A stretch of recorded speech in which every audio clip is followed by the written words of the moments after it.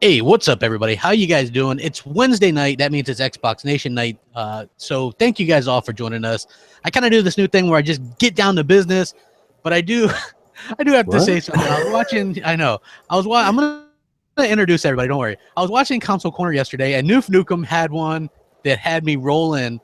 He said that your guys' show was a wolf, a fox, and four guys with cocks. I was like, that is the new podcast name. You guys, that's got to be the name for your podcast now. That's like totally the new name of Console Corner. And Nuke did an absolutely amazing. He got a funny one in. Yeah, he did. I just thought, man, wow, like he did a really good job. So what's up, Governor? How you doing, GKB? What's going on, brother? I'm excited, man. We got to see the Switch. It looks fantastic. Yeah, I got Zelda. I got the collector's edition coming. Hell yeah, it's gonna be awesome. That's what I'm talking about. And we have She-Wolf. What's up, She-Wolf? Here's an X-Bot over there. What's up, She-Wolf? How you doing? Not a whole lot, apparently. I don't know. It depends if I can even word it. Wow, I can already see where this is going tonight. So interesting. Yeah, get people hyped for this. Yeah. Interesting. Yes. You're just like Debbie Downer tonight. Come on. Well, someone's got to be. You guys are all like super hyped, so someone's got to be the downer, I guess. I don't know. There's some good news out today, man. Yeah, there is a lot of good Xbox news out there today, so you guys are going to stay tuned for that. We got Hammer. You should have held that till the end of the show. You should have held that till the end of the show. What's up, Hellhammer? I saw you playing some Mafia 3 today, and then your game just crashed, and you're like, damn it. Yeah, I'm actually still playing it right now. Oh, okay. Well, that's good. I've got your full divided attention. This should be good. I'm impressed with that. It's not like you need a lot of attention to play a game and talk at the same time. Yeah, you do. Nah. In fact, I can distinctly remember somebody getting kicked off of BGST who goes like, "What's the deal? It's your boy," because he was playing Madden all the time instead of paying attention. So I'm just saying. And back by popular demand, Dealer Gaming. What's up, Dealer? What's happening, fellas? It's Dealer here back again, of course, from Dealer Gaming. Thanks for joining us, everyone in the chats. Yes, I see your comments. It is I. Much appreciated. Looking forward to today's show. I'm not a fellow, though. We're just going to give you a shot of adrenaline, bro. Yeah, smoke some crack and join the podcast. The crack. And we've got Xbox 4, 4, 3, 7, 8, 9, 10, 11, 9. What's up, Xbot? How you doing, bro? Thanks for joining us. What's going on, man? Yo, I'm never gonna live that down, dude. You got so many people on Twitter when they type my name. It's all like every other letter and word. It looks like pie. When I come up with the nicknames and stuff, it sticks. Like, it's like I see that, man. Yeah, like in real life, I used to be tasked with helping out some of the people that would like be on community service and stuff. They work at the kennels and stuff, and I would help them out and kind of mentor them and stuff, and was in charge of them. And I used to give out the nicknames. Like one of the person's nickname was Slappy because he just was kind of squirrely and slappy, and then one of them was this big redneck who used to wear this like big old cowboy hat and belt buckle, and I nicknamed him Tex. And in fact, he became known so much as Tex. When people would ask him his real name, he wouldn't tell them. He just was Tex. Hellhammer, you met Tex before, big old redneck with a belt buckle and a hat. I was like, this is Tex, man. My boy Tex. But yeah, so maybe that was just funny to me. I don't know. Yeah, welcome everybody, one and all. There is a lot to talk about, a lot of cool stuff going on.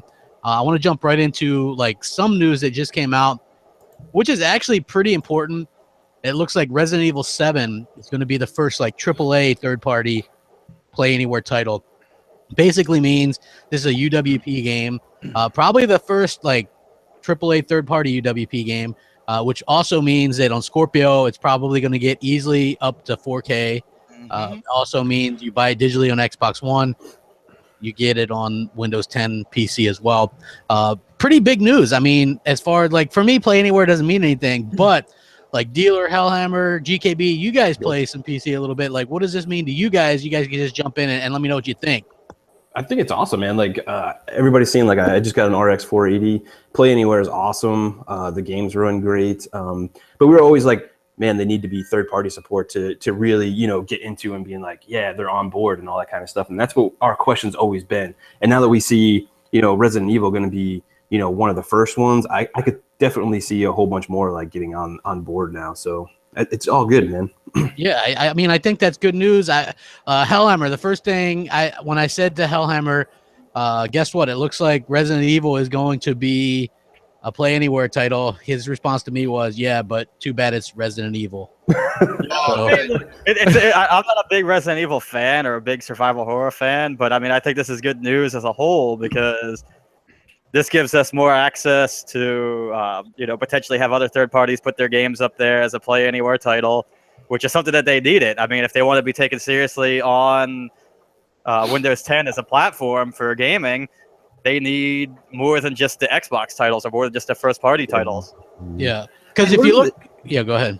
Like, didn't PlayStation throw like some money at this game too for like the VR kind of stuff and whatever? Yeah, they're getting... It's like the full game is... Isn't that kind of weird though? Like, they're throwing money VR, at it.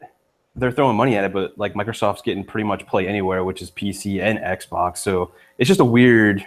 I don't know. This game just didn't make sense as far as like being the first one to do it because I thought, Sony throwing money at it, they probably wouldn't do it at all, Yeah. Well, I mean, yeah, go ahead. My bad. I was just saying, go ahead, man. Jump in.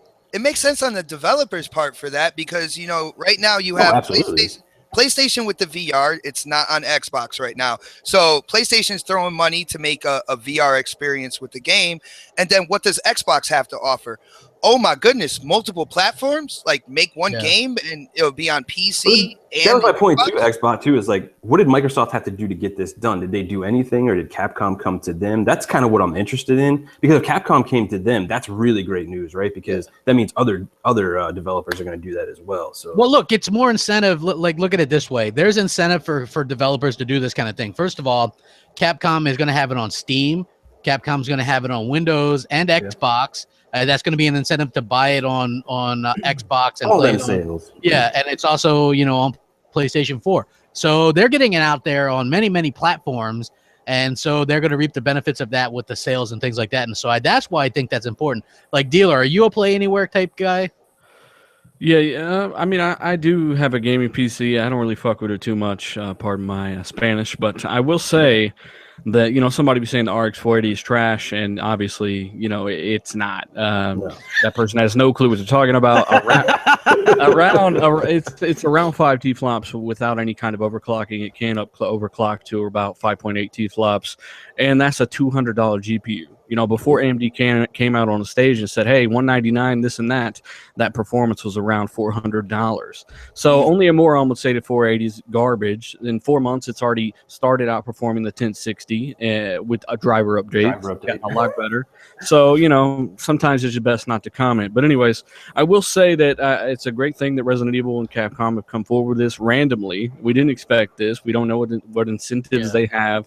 Or, I don't know what they're getting out of this. It is worth noting that you got to get, it isn't the Steam version, as we all already know, right? It's common sense, but we do want to put that out there. It's not the Steam version. You got to get the Windows version to have the Play Anywhere. And the Windows Store is getting better, as we all know. So, and you were right, Crap. Something you hit on the head earlier, if I can go on a little longer, is 4K 60, no problem. And I've said this months ago, any game that's 1080p now, you can expect that same performance, if not even more, but at 4K resolution. So Gears of War multiplayer, count on it, 4K 60, etc. Oh yeah. So that stuff's easy to hit as it sits, anyways. On some of those UWP games on the PC side. So no problem, and that's at Ultra.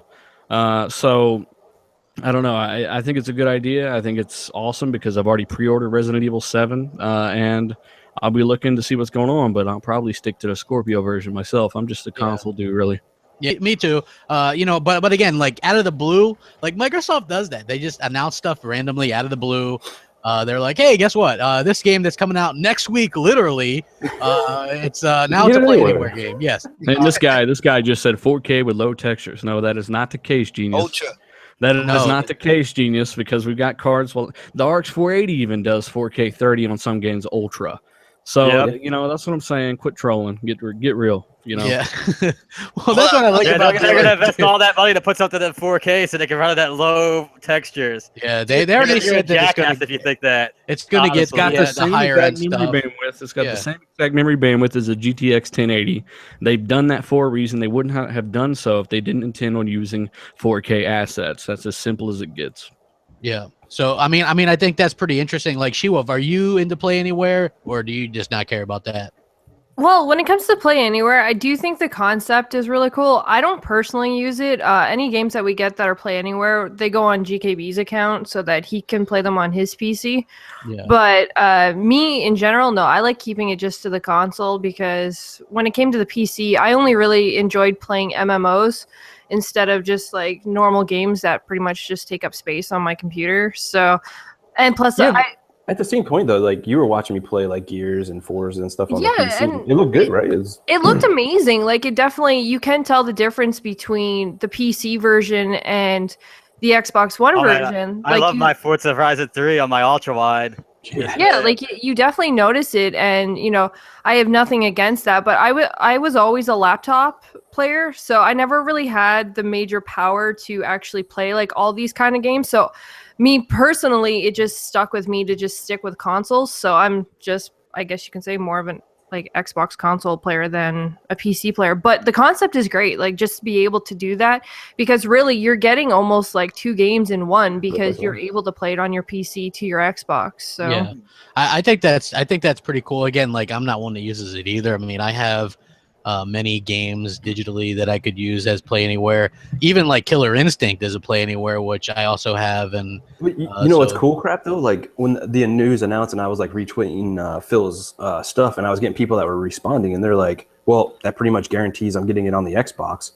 Yeah, that's because they're getting like 2 versions of the game, so that's like a great bargaining chip for Xbox. Yeah, absolutely. I mean, look, I mean, if you have the PC that's capable of doing it, or a laptop that's capable of gaming on these games, I mean, it gives you an extra option of someplace to play it. Some people don't own, multiple consoles or multiple, whatever.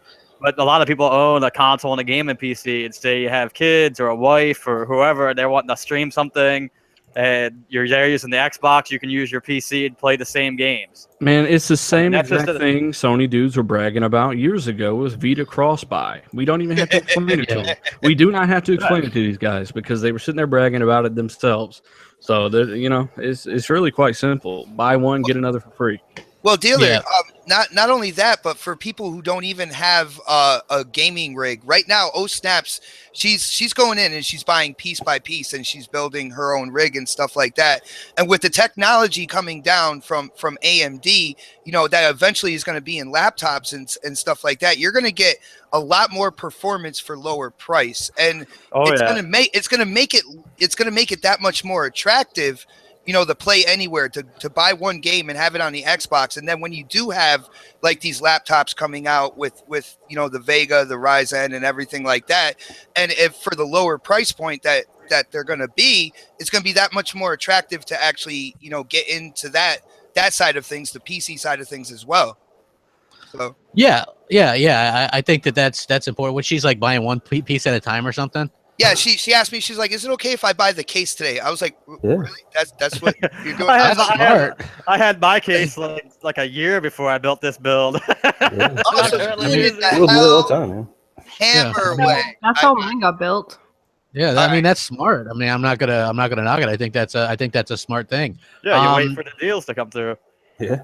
Exactly. The longer you wait with these new chipsets releasing this year with Vega, instantly, just like 4K TVs, the longer you wait, the more you're going to save, right? Mm-hmm. So it ain't no harm in waiting. Yeah, no exactly. Doubt. And then when she builds it, like I believe we're getting Resident Evil 7. So when she builds it, that game will be there for her, to get into as soon as she's got her rig built. So that's freaking awesome, yeah. Hell yeah, dude! That's a good idea. This game that was a PC exclusive called Path of Exile got announced. That's awesome. That game out of the blue, coming to Xbox One. For right now, it's a console exclusive. Who knows about the future? But a lot of people are real high on this game. GKB, what do you know about this game, and what do you think about this?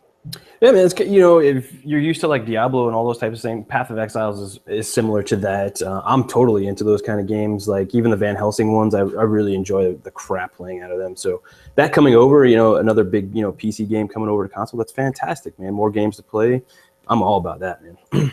Yeah, it's a really good game. So I think that I think it's great news that the Xbox is getting more and more ports, and I think that just speaks really well to how close the Xbox is to a gaming PC. Really, I mean, it's so easy to port over. Coming. Like it's I mean, it's going to be so easy to port over these games and still have basically all your native features and functions without much missing.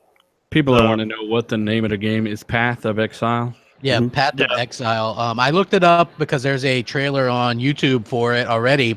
It does look a lot like a Diablo style game. Apparently, it's going to come with all these expansions. Dungeon crawler. Okay, so have you played it, She-Wolf? No, I haven't played it, but it looks interesting. But it seems like a dungeon crawler type style game. That's what it is. I played on PC, so it's pretty good. It's a pretty good game. Yeah, I mean, look, it looks interesting. I do think it's weird how Microsoft like just randomly announces stuff. Like I don't know, like that Resident Evil. Yeah, Dude, like that. It's like mic drop stuff too. Like when it's like, oh yeah, Resident Evil, fucking play anywhere. It's like what? Holy shit! Like, oh guys, we got this. Here you go. Yeah, it's like, hey, Resident Evil next week. That's coming out in like 5 days, and it's play anywhere like 5 days ahead of time. The more important stuff to me was like that it's obviously UWP and all that good stuff. So yeah, but I think like this is really cool. Any kind of new games or whatever, I'm always excited about that. This is one that I'll probably try out because I like Diablo. The only Diablo I've played was Diablo 3, and that was on the Xbox. Try the Van Helsing games then. I have that. If you like Diablo, I don't want to play by myself. So. Say something. I'll play it. I like that game. Yeah. Well, no. What's up? Is it bad that I do love when Microsoft announces, a PC game coming to Xbox? I really, it makes me smile just for the fact that for those true kind of PC elitists that have their nose up in the air and they talk about all these games that aren't on console and stuff. I just see them like shedding a little salty tear. And getting completely pissed off. That is a bonus. Look, like for me, like Dealer plays a PC, GKB, Hellhammer. Like I don't have a problem with that. But they're not like I get you, man. I can't stand Dealer. Yeah, like I don't care for the elitist. Yeah, I mean, look.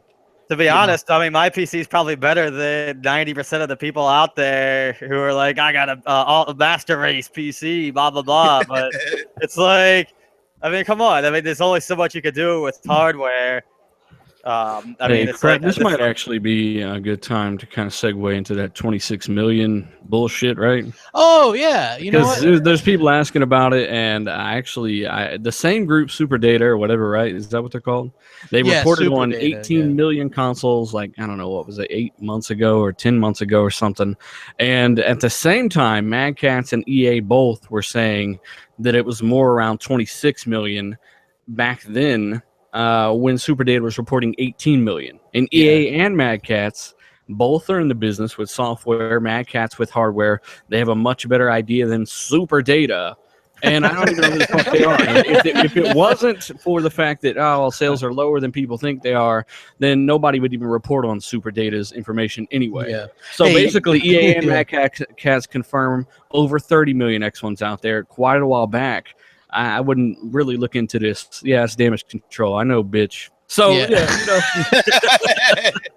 stupid idiot. Somebody said the NX is going to outsell the Xbox One in less than a year. These are the kind of people you deal with, man. Hey, you know what, dude? I know, man. I've put up with this kind of crap for a long ass time. Those of you that are enjoying the show, hit that like button. But yes, so Super Data, quote unquote, claims the Xbox One is only at 26 million units sold as of the end of 2016.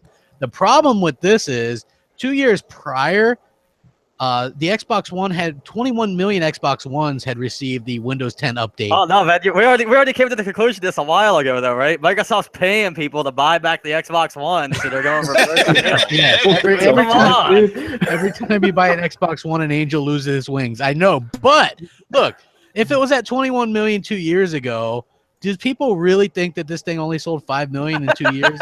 Even though it sold over 1 million in November alone. Yeah, well, in last year. December it did 1.5 million, the best month ever in America. That's in America only, over 1.5 million. So like this super data stuff, absolute nonsense. That's why, yeah, super data. That's why. Yeah, that's why I marked it down. Yeah, I mean, look, people like this. You know why this number is ran with? Because it basically puts PlayStation 4 at 30 million units ahead. But at this particular time, I have to question the sanity of anybody that's thinking that really at 26 million. Even some of the comments I saw about this in the article and stuff were like, you know, I'm not even an Xbox fan, but the Xbox One is over 30 million. Fan, but the Xbox is a deep fried piece of dog shit. Like, Yeah. I mean, Hey, I'm an it's Xbox pretty guy bad. too, crap. But yeah, suck it. You know what I mean? Like, here's your picture. Here's your picture. Don't you think this sucks about it? Yeah, I mean, look, 26 million, absolutely fucking ludicrous. Anybody that's gonna hang their hat on super data, like, punch yourself in the face. Anybody who's hanging their hat on super data, I'll let you know right now. I just talked to a hobo on the street, and he had a piece of paper, and he wrote down 34 million Xbox One consoles. So you heard it here first, guys. 34 million. Hey, I'm starting CG charts where I'm just gonna come up with shit on the top of my head, right? Xbox One sales, 38 million. Yeah, there we go. Yes. CG chart. That chat is just as good as anybody else. And by the way, people, if sales were an exclusive game, I might be interested. But if we were really into sales, we would all be on the Wii right now, the original Wii. If sales does not determine a better product, that's proven time and time again. You're not on the Wii, dude? Everything last generation. You're not on the Wii? Oh, I was on the Wii, but Jesus, I don't know, man. It's just the games are too hardcore over there, bro. and then I finally came down off the meth, and I was like, "What the fuck am I doing?" You know, and then dropped them real quick. Like, no, I'm out of here. Like GKB, I know you're not big on sales, but I mean, when you see this stuff, to me, it's like counter programming the Xbox. When I see stuff like super data talk about 26 million, like it seems like they're just strictly out there to make it look bad, as opposed to anything else. Because you saw GameSpot runs with it, and all these big sites run with this stuff. They run with everything. They don't vent anything. And you know, super data, like, where the fuck did you pull this number out of your fucking ass from? It's their quote unquote estimate. Well, I mean, they can estimate all they want to, but the one that only knows the fucking actual numbers is fucking Microsoft themselves. And guess what? They ain't releasing that shit no more. Yeah. So. But GKB, you got to understand, their name is Super Data. Oh, I know. Okay? They got the super data. They have to clearly know quite a bit about data. I mean, they probably got a couple of super laptops over there to crunch the numbers for us. Yeah. I would love to know how they come up with this kind of shit, because for me, it doesn't make much sense. Like I said, there's other ways you can go about it. Just like look at this holiday alone, between November and December, you're looking at around 3 million in America almost. That's this year alone. You can take every NPD every month. Like, you guys can get the numbers, like, or a close about number, and do fucking basic arithmetic and figure out that it's been more than 5 fucking million in 2 years. People, like, Jesus Christ. But they're super data. Those are numbers, though, bro. Basic arithmetic. Numbers. And they're in the Not game. very good with those.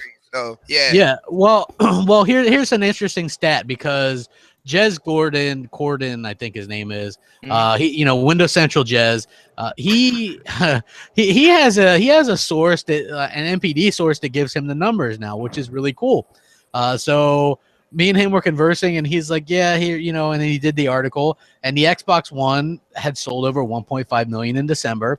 The PlayStation 4 had sold like almost 1.6 million or something like that. It wasn't like a big difference.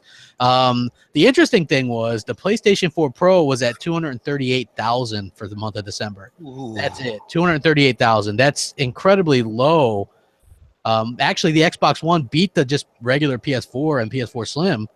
And then I guess with the Pro, I mean, when you got 3 kinds of hardware out there, and then you still are barely winning. For me, I think that Sony's done a piss poor job of explaining the PS4 Pro.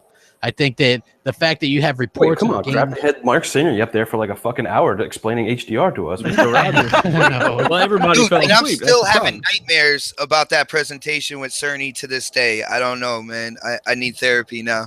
Do you hear him like whispering in your ear while you're sleeping? Dude, I swear, you know the news things where they have like the clowns like hanging out on people's front porches at like 3 a.m. I can see Cerny doing that shit. Thanks to the Polaris Tech, we can now do 8 teraflops with this game. This is fantastic. Knack 2, guys. Knack 2. All right. You have to sound a little more calming than that crap. You're still sounding a little too hyper there. Knack 2, That's guys. the Mark Cerny. That is the Mark Cerny voice.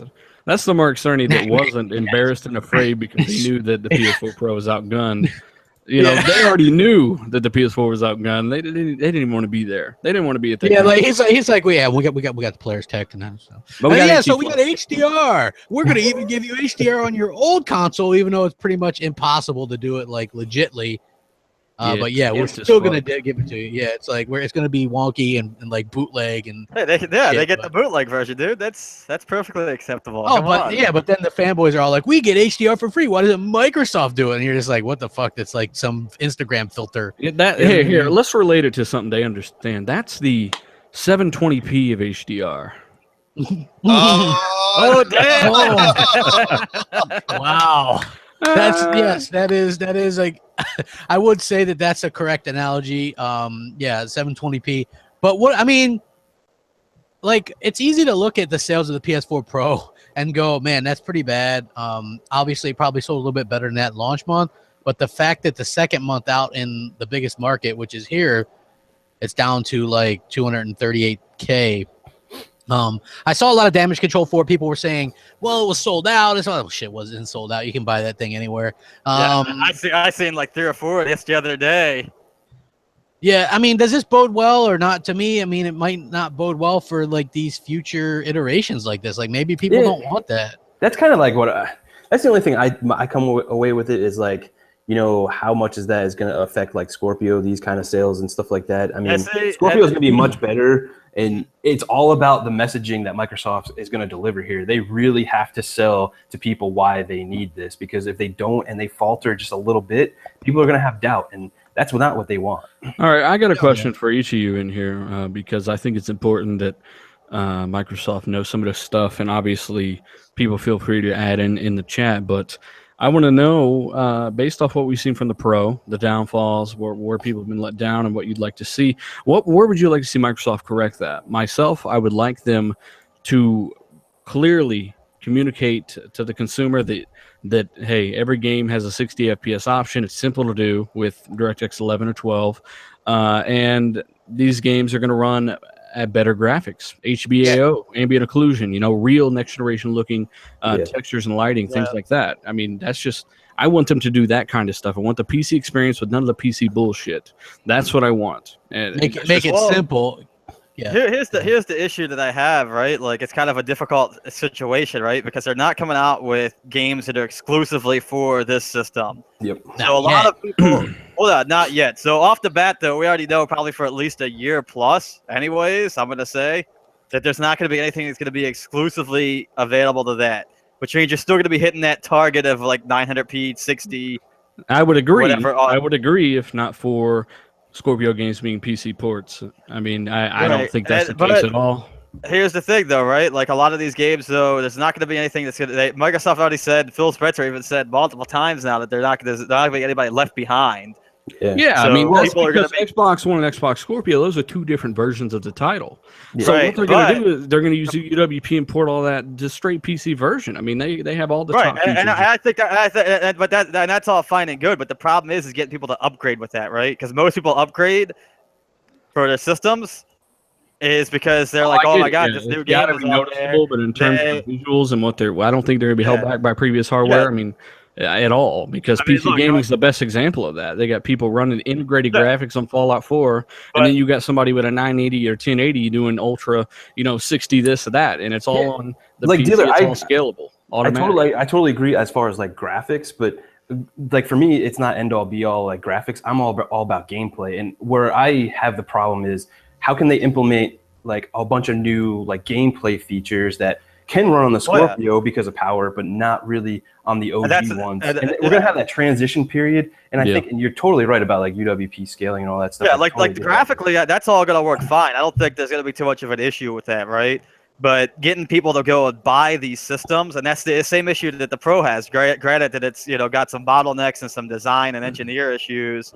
But the problem is that there's a lot of people, and especially like I mean, I know quite a few people who I would consider gamers, but not like they go out and buy all the new stuff as soon as it comes out.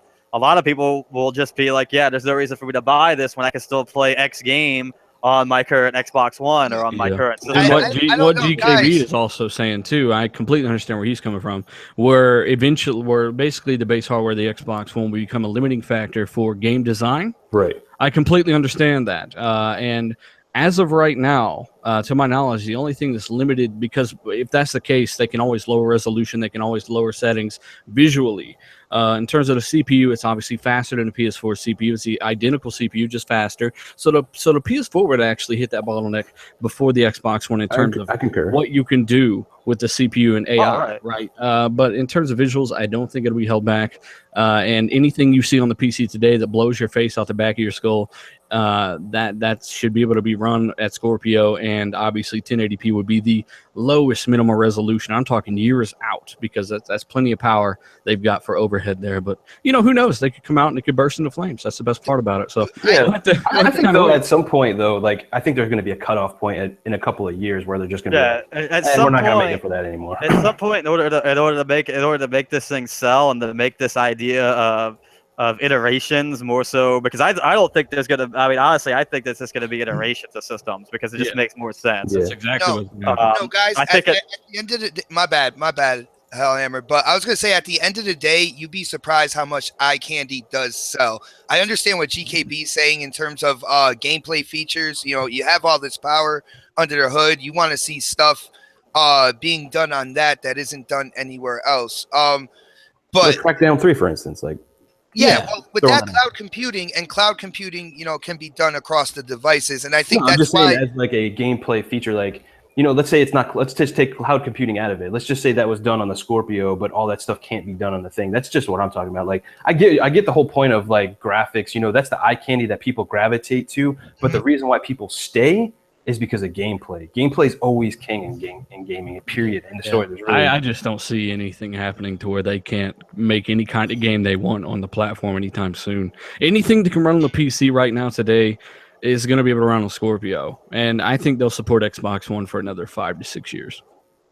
Yeah, you know what? The base Xbox One. Yeah, and the reason why is because they made the original promise, and I think you have to do that. It's going to get less resolutions, surely, but I mean, scale that down, right? Yeah, like they're going to scale it down. I agree. For like the next couple of years, yeah, sure, they're going to like support Xbox One. Yep. I think there is going to be a point though. They're like, I mean, my thing is not so much that all that's going to be fine. My thing is just really just getting people in there to get asses in the seats. Really, the people who buy the Scorpio. Yeah, and that's up to Microsoft to communicate that. You know what I'm saying? Microsoft. That's one thing they got to do.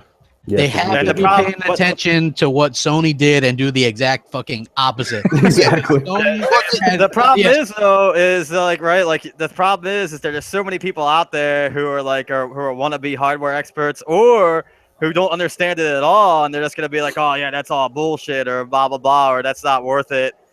Of course, it's the same people that said 4K wasn't possible in 60 frames, and then Sony did it, and now it was never a problem in the first place, and they all disappeared. Right. So or native resolution was the end all be all. If you weren't 1080p, you're nothing. And now it's like checkerboarding is the new hotness. Oh my God! They used to say, "Give me 1080p or death on Twitter." I won't play it unless it's 1080p, and now none of that matters, and it's all about games. Like, but back to like Yakuza. Back to, like, the initial thing that Crap was saying is like it's just all about messaging. Like at the beginning, like Microsoft like sucked at messaging. They were fucking fumbling over their fucking words. But lately, they have fucking turned it around and are fucking like hitting at all cylinders. I just want them to continue and fucking think about this message for the Scorpio. That's all you need to fucking do and execute. That's it. Yeah. I think I think Xbox already has a step up above Sony and their PlayStation Pro, because like Dealer said, we're talking about, you know, the PC assets being run on the Scorpio. So when people go into the you know, the gaming shop or whatever, like GameStop and whatnot, and they actually look over and see the Scorpio running a game in the display, they are literally going to see the difference. It's not about overall resolution. You're going to see the better lighting. You're going to see the better textures and all that good stuff. And that's what's important to me. That's what's going to make people want it. It's an easier sell because you can literally see the difference, where Sony had a problem trying to show their Pro through YouTube and stuff like that, because you know, but see, like Xbox, like 4K, to hit your point, like there, you're absolutely right. But like, yeah, I mean, they're gonna stream, you know, their thing. We're probably not gonna be there. Maybe some of us will be there, but that's the hard thing, is to show we'll still be able to see it more. We'll be able to, but you're gonna have compression from like video and all that kind of stuff, which is gonna degrade the quality. Not only that, but what it happens, you know, man. Still, a lot of people still don't even own 4K TVs. So, yeah. Well, I mean, the market did grow 50% last year. 4K. Yeah. If you look at things, all right, like the actual market is growing faster to 4K. That is gravitating faster to 4K than it did from standard def to high def. So there's that. People are actually, surprisingly, the 4K Blu-ray market is on fire. It's like far Xbox One S, man. Yeah, exactly. Yeah, I mean, that's huge.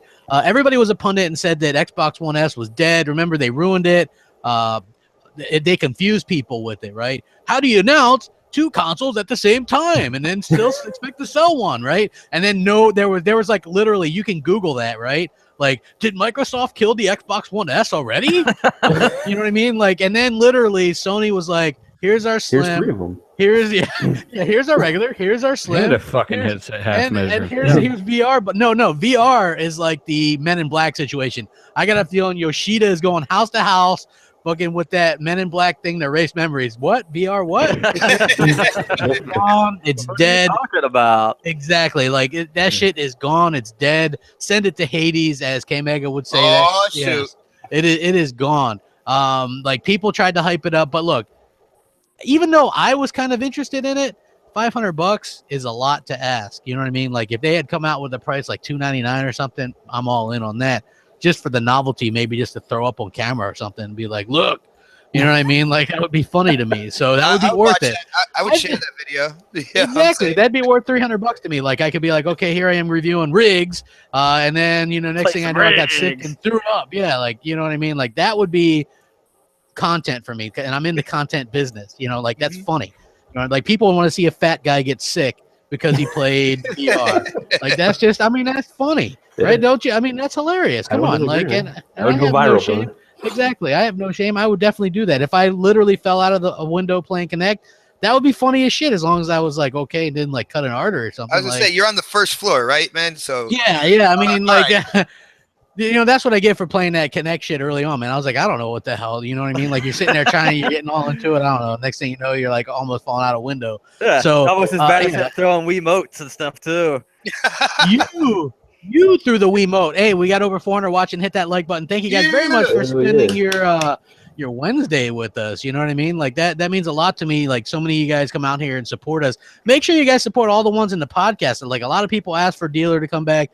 Dealer was like a part of this podcast originally. Then he had problems getting in with something with his school blocking it or something. I don't know, but I told you, my internet had AIDS, man. Yeah. But now we found the cure. He found the cure like Magic Johnson. And so that motherfucker really did find the cure. He's over there licking babies and shit. Nobody's looking at him. He's like, I know you have AIDS, but you're still alive. You go ahead and give it a lick. I don't even care. So anyway, also I want to say so thank you guys one and all for coming out here. Support all these people as well. They all have channels. Hit that like button. Yeah, hit the like button. Hellhammer has a channel, but he never does anything, so don't even worry about him. But the rest of the people on here have really good channels and stuff, so make sure you guys check them out. Phil Spencer took one of his Twitter questionnaire things, and he says Phantom Dust looks like it's going to launch before E3. Like that's another one of those Microsoft things where he's just like, before E3. You know what I mean? It's like before E3. Like for me, that's kind of cool. Like I know, like a lot of people probably aren't high on this game. Whatever. I mean, it is what it is. It's like it's an IP that Phil likes. It's a remaster. A lot of people aren't high on that stuff, but if people support this kind of thing, maybe you see more of it, you know. And I think that that's the important part. And for them to come out, because I didn't think they would do anything before E3, right? And part of me is like, maybe they should announce something prior to E3, some news, because people are like all pissed off or whatever. About the Scalebound stuff still, which, you know, I mean, that is what it is. Yeah. But it's like, you know, I don't want them pressured to like panic. You know what I mean? Like, oh shit, we better start announcing a bunch of shit like Sony. You know what I mean? I don't want that because that's exactly that's exactly. No, I think this is the perfect game to announce for pre-E3. All right, I mean, it's just big enough to get some attention, but not big enough to completely ruin the show.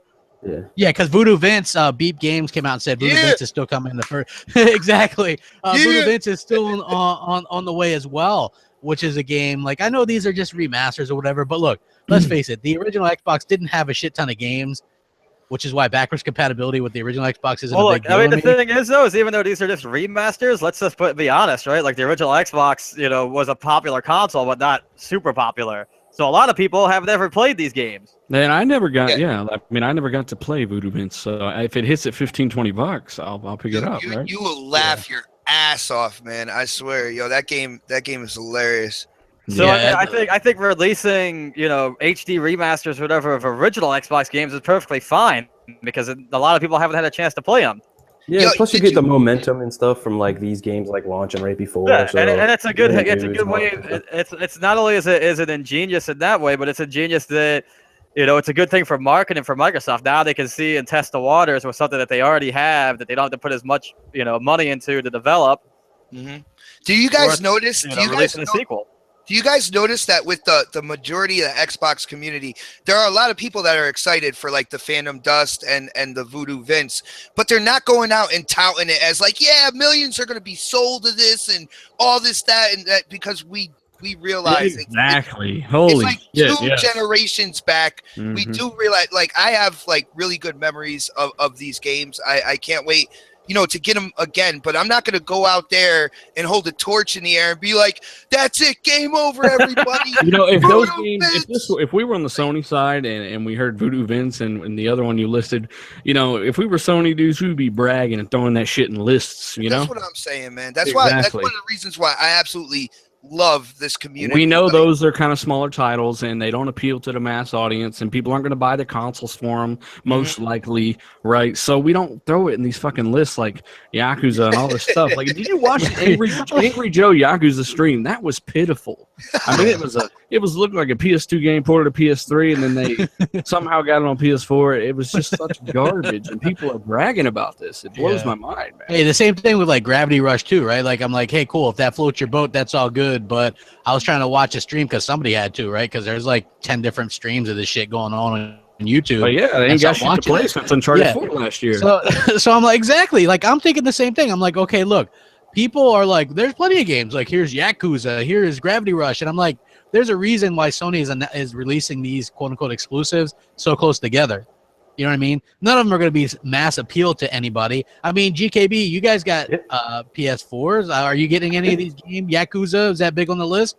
No. I tried the Gravity Rush 2 demo, and I tried the Nier Automata. Not a big fan of either of them. Like, honestly, like the Gravity Rush, if you're not used to that kind of game, holy shit, that fucking confused the fuck out of me. Where it was going and shit like the that. Japanese have never been great at camera systems, man. Yeah, it was all over. I almost like threw up, man. I was just like, what the fuck is going on here?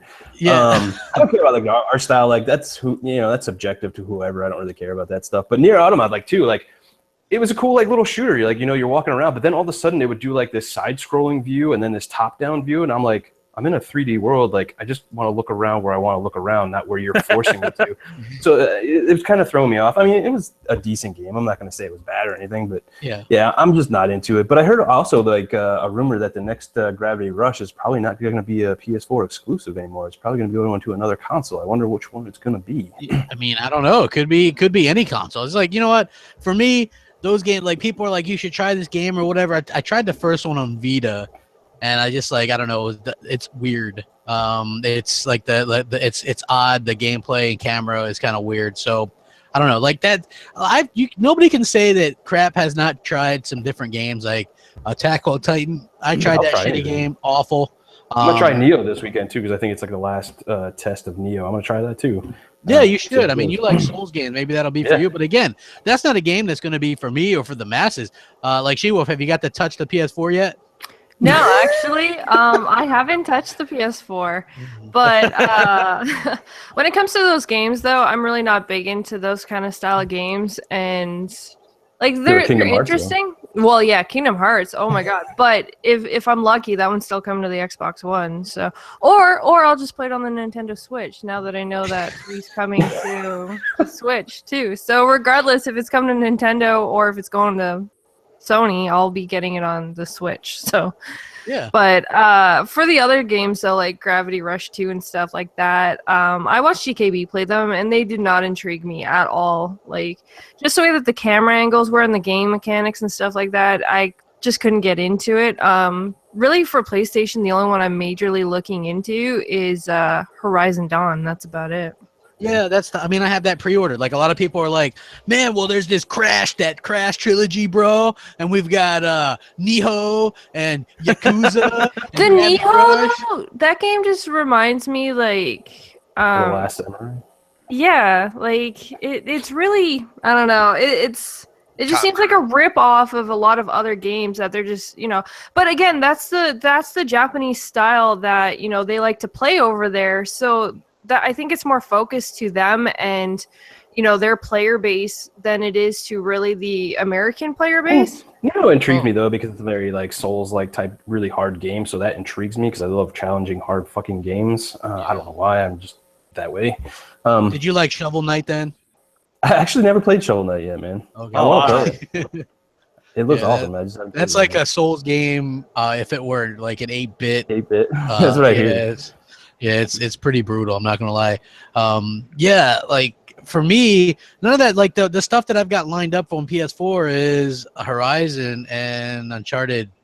That standalone DLC. Shit about Horizon though, man. That fucking story trailer was fucking on point. I was thoroughly impressed because I thought the story was gonna be absolutely fucking dog shit, and it was just gonna be a pretty game. But I thought the trailer was spot on, man. Did what it needed to do. Yeah, I mean, like magic mixed with like robots, like Dinobots or whatever. I think that's kind of cool. So yeah, like I was impressed with that. I was probably one of the, believe it or not, we did BGST live during that press conference when that got announced, and that was one of the games where I was like, hey, yeah, that's an impressive game. You know what I mean? Like that'll be the first like AAA title I buy day one since Uncharted 4. So I mean that's what I talk about when I go, hey, like I go year to year. Like I'll pick up smaller titles throughout the year or like later in the year. You know what I mean? Like the previous one, I did get Ratchet and Clank and then Uncharted 4, Ratchet right? Clank is so good. Like it is. It's so good. You know what I mean? Really I know people. Game, yeah, it is. Like listen, that is a good game. It's a remake, imagining of the first one. They needed to do that. I said that in my review. I was like, there were 12 Ratchet and Clank games or something like that, right? There were so many, and they did some kind of weird thing where there was like 4 of them on the PS3 that were equal parts or something. I don't know. But like nobody wants to jump in on Ratchet and Clank 12. And I also say that with any game. Like nobody wants to jump in 5 games in. No, yeah. So it's good to kind of reboot these things or give it just a subtitle or something, like Ratchet and Clank, Exile, or you know what I mean? Like like hey, the next Halo could be like Halo Exile, or so, you know what I mean? Like or the Master Chief Files. I don't know, like something like that would be cool. Yeah, just because I think that, people like look how these longer titles or whatever, right? Like people don't want to jump in the games 10 games in. You have some of these people like, look, Gears. Like they missed all that lore and all that other kind of stuff. Yeah, and so they're like, well, I didn't play the first 4 or whatever. Well, that's why Deus Ex did it so well, though, because that one, you were able to just like start it off, watch the movie trailer type thing that they added to the start of it. The only thing they But even though you don't like the game, Deus Ex still covered that base very well. You didn't have to go back and play the previous ones to understand what was going on in this one because they did that movie style at the beginning of it. So. Yeah, and I like that. I thought that was cool, and I was playing that game, and then next thing I know, I was like, oh man, this game. I'm just sucks. awful at that game. That's Yeah. that's why the game sucks for me. That's not because the game itself is bad. I'm just bad at the game, so I don't have Yeah. fun with it. Yeah, I'm pretty awful at that game too. Like I'm not gonna lie, but to me, that game was just incredibly hard or whatever. I don't know, but yeah, definitely.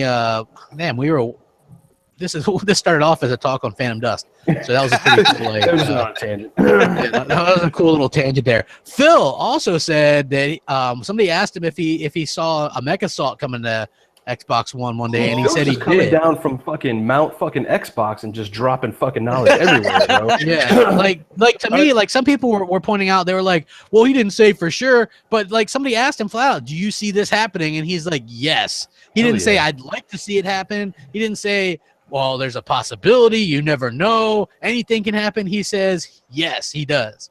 You know what I mean? Like to me, they got that new Mech Warrior that just like that's getting another a game to it, so that freaking looks awesome and amazing for the PC guys out there. Why not do another mech game? Like we got Titanfall and all that kind of stuff, and they do pretty well. Like, we're going to be getting the big controller though. That's like Steel Battalion. Yeah, that's what we need. We need the Steel Battalion controller. Hey, people like mechs and people like Mech Warrior. One thing that I know is like people are definitely like a fan of this. Like Dealer, are you a fan of this series? Were you excited to hear this?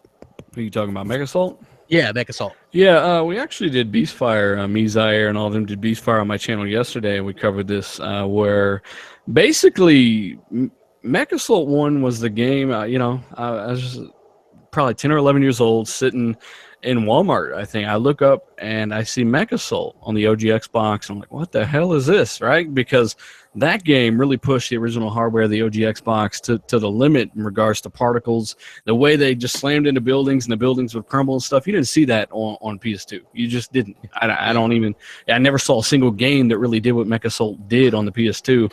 And I swooped it up, man. That was one of the main reasons I actually got an original Xbox in the first place.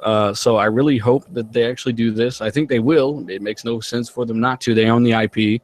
And, I'm with you guys. I would count on seeing it, maybe even a teaser in the next year for it. Who knows? Yeah, I think that would be pretty cool because that's one of those IP where a lot of people have good memories. Like I said, the original Xbox, very powerful machine, had some good games on it, but not like when people. There was a lot of good games on there. A lot of people just don't give it a lot of credit. Like for the first console from Microsoft, I mean, it's hard to name any that have done that well for the first outing. Really, to be honest. Yeah, except for like, of course, I gotta say this because, of course, the comments. But yeah, PS1 did great and all that stuff. But I'm just saying for you know what I'm saying. It's not exactly common in the grand scope of things. How many different consoles there's been out there, the 3DO, all this stuff. A lot of these dudes have never even heard of. Kind of like Panasonic made a console back in the day. Yeah. The Xbox did phenomenally well, and like I said, you can't really. Yeah, it's a lot better than what people think. That the PS1 did do extremely well, but that was off the back of Nintendo, if you know any history. So yeah. Well, yeah, Nintendo kind of screwed them over or whatever a little bit. Plus, just like Sony does now, they really were relying on those third-party franchises. Like a lot of people associate Tomb Raider, like Crash, Spyro, all that stuff with the PlayStation brand, even though they don't own that stuff.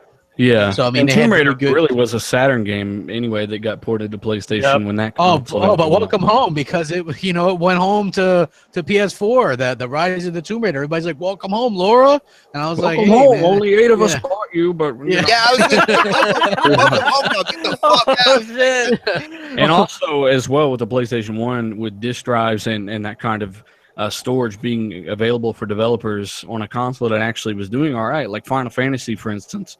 That game was originally a Nintendo exclusive, and Square Enix actually said the cartridges cannot hold enough data.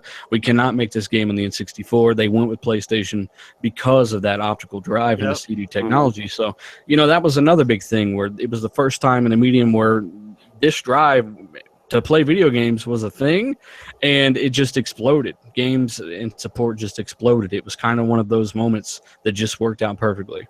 Yeah, once you have one of those new things, man, like everybody wants it and just buy it. Yeah, because you destroyed the rules of the past. 3D games just became a thing like nothing, right?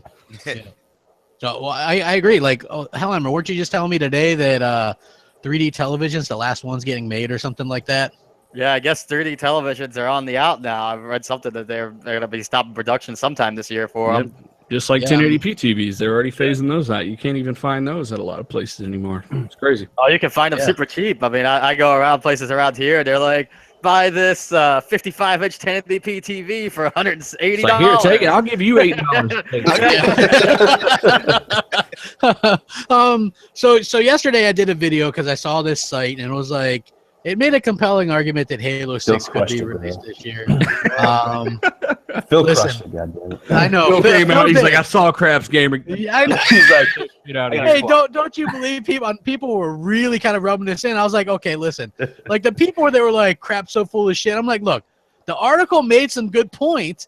In the video, I said I still thought it was 2018. Like, I don't know why people headbutt me, but they're like, that motherfucker's misinformation. And I'm like, They only read the title, bro. They don't They watch didn't the even video. watch the video. They just followed the title. This topic right here. This is why I'm here, right? This topic right here. Well, that to argue with GKB about the Switch in a minute, but but listen, like for me, like the article made some sense. Like some people quit that probably wouldn't quit if like early on in development or middle of development, probably towards the end part of development. So I could see that, and it did make a compelling argument that you maybe would want to launch something like a Halo game, Halo 6 4K 60 with Scorpio. That made sense to me. I still don't think it's happening, but you know, Phil was like, we're not doing Gears or Halo this year. My retort to that would be this, right? Of course, Phil would say that if he was going to surprise you guys. Come on, don't be stupid, right? Come on. I mean, look, Phil Spencer also said he thought that Gears ran its course, and then like 2 weeks later they bought the IP. So yeah, I mean, look, I mean, honestly, there's not going to be a new Gears or a new Halo, but I think that we might very well see like some sort of expansion or something for Halo 5. Well, they're still working on. They said they're going to support it through 2017. They're talking new armors, new maps, everything's still going 2017. So. I think the most you're going to see from Halo this year is a teaser for maybe 6, and of course they're going to announce full-on 4K 60 support for 5. That's what I think. Yep. Yeah. Well, that makes a lot of sense. Like I think that whatever that, like even Rod Ferguson said the games that they're making now are all with like Scorpio in mind. So that obviously, like I expect 4K everything across the board on Gears 4, Forza Horizon 3, Recore. I don't know. Like I don't know. Maybe I don't know. I mean that game's fun, but yeah. Like for me, I think that I don't know. Like Xbot, what do you think? What are your thoughts on like the Halo for the rest of the year? Do you think, aren't they still doing like you're at the end with this kind of stuff? Are they doing like more content?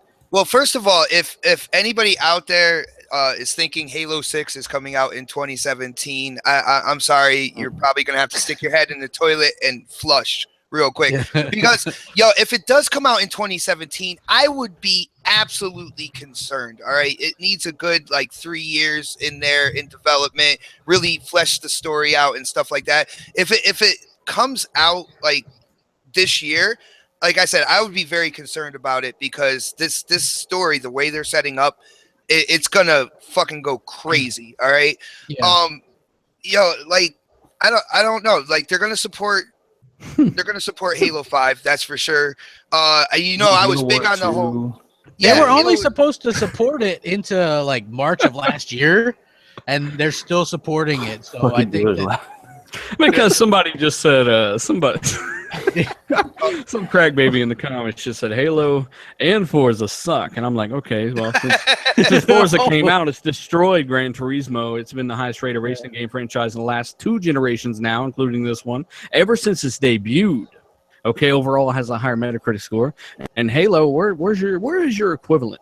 Right? Where's that? Yeah. Well, you were playing that at 720p for months before Digital Foundry told you what it was at. I mean, you guys, you don't have an equivalent. Mind blowing.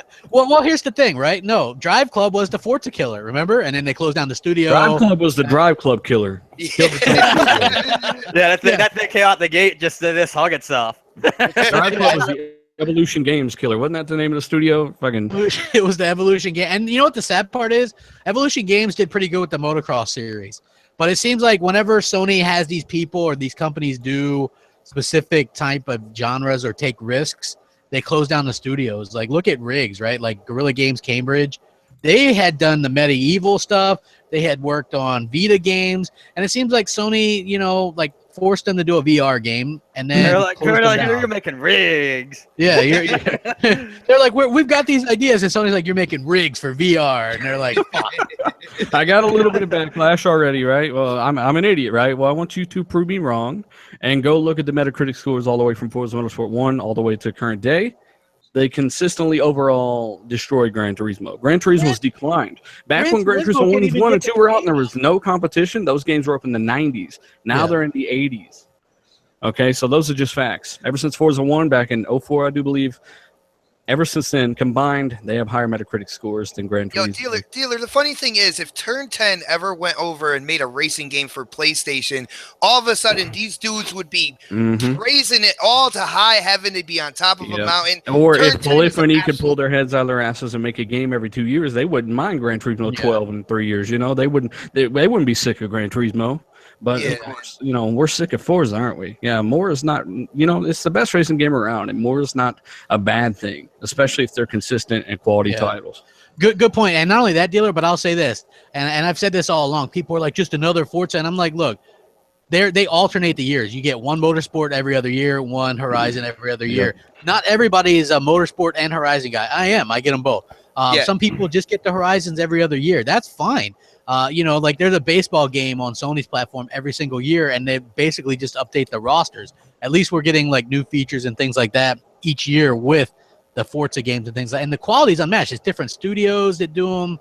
I'm really excited. Anybody who says that there's any game out there that can hold up to Forza Horizon 3, they are clearly the biggest fucking troll around, because first of all, whenever I play a racing game, I always compare it to Forza because Forza handles the best, and so I'll be like, man, this game handles like a fucking. Well, there's real physics and tire modeling, man. Yeah. Gran Turismo doesn't have that even now. It's ridiculous. Yeah, and they don't even have like the accurate damage or anything like that. It's like the on both sides, and they were even the last ones on the PS3.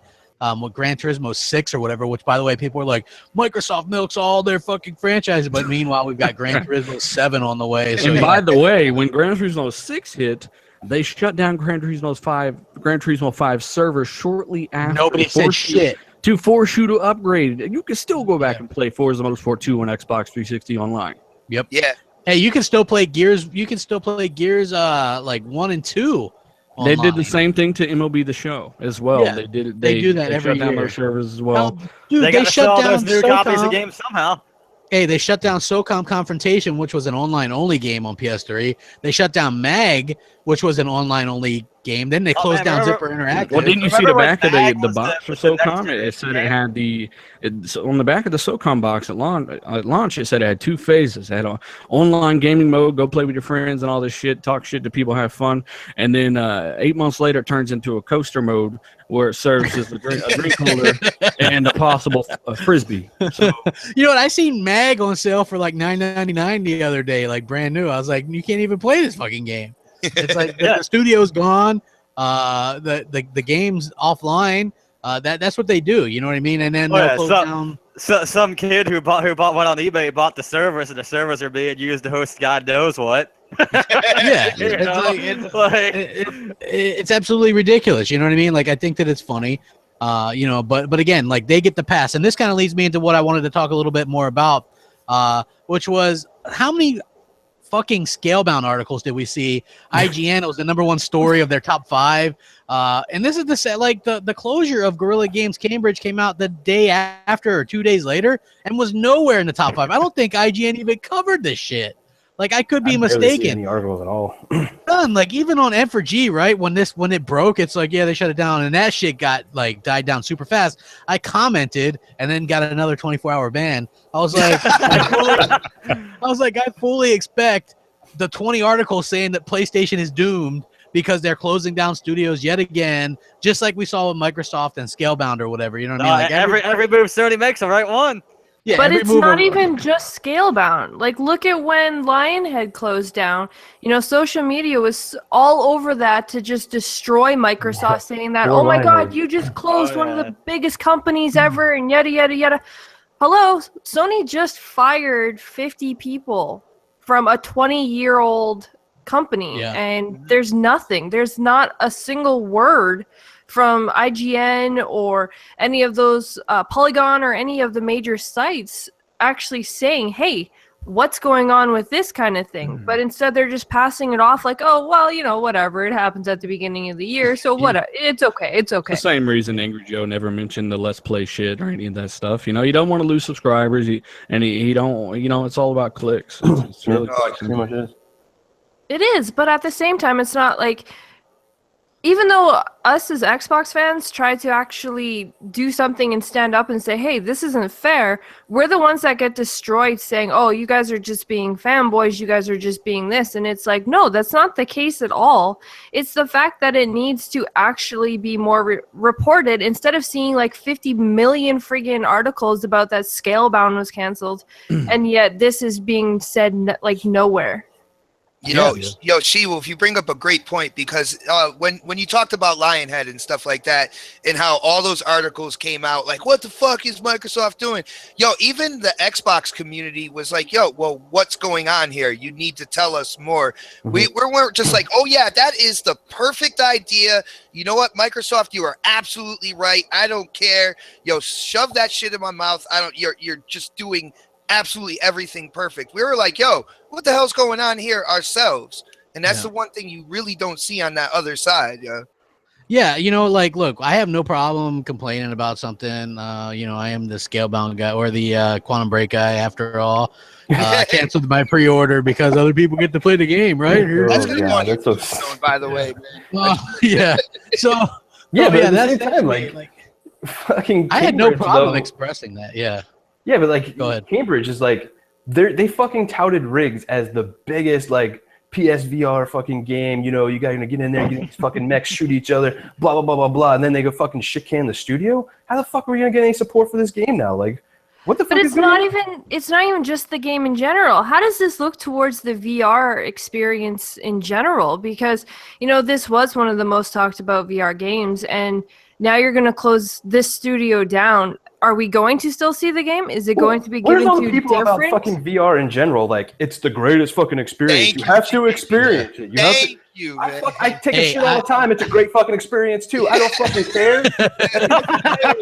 You don't have to pay $400 for that either. Or 500. You know what I mean? And you don't. Oh, what happened? So, wow, okay. what is that? No, I was just wondering what the hell is going on. Like, because I was clicking.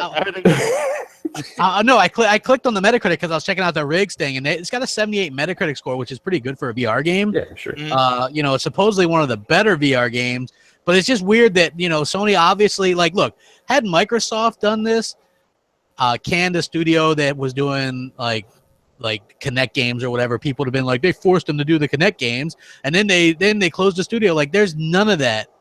Yeah. With Sony, you know what I mean? Like, look, Sony obviously made this company do VR game to support their VR, and then they closed them down.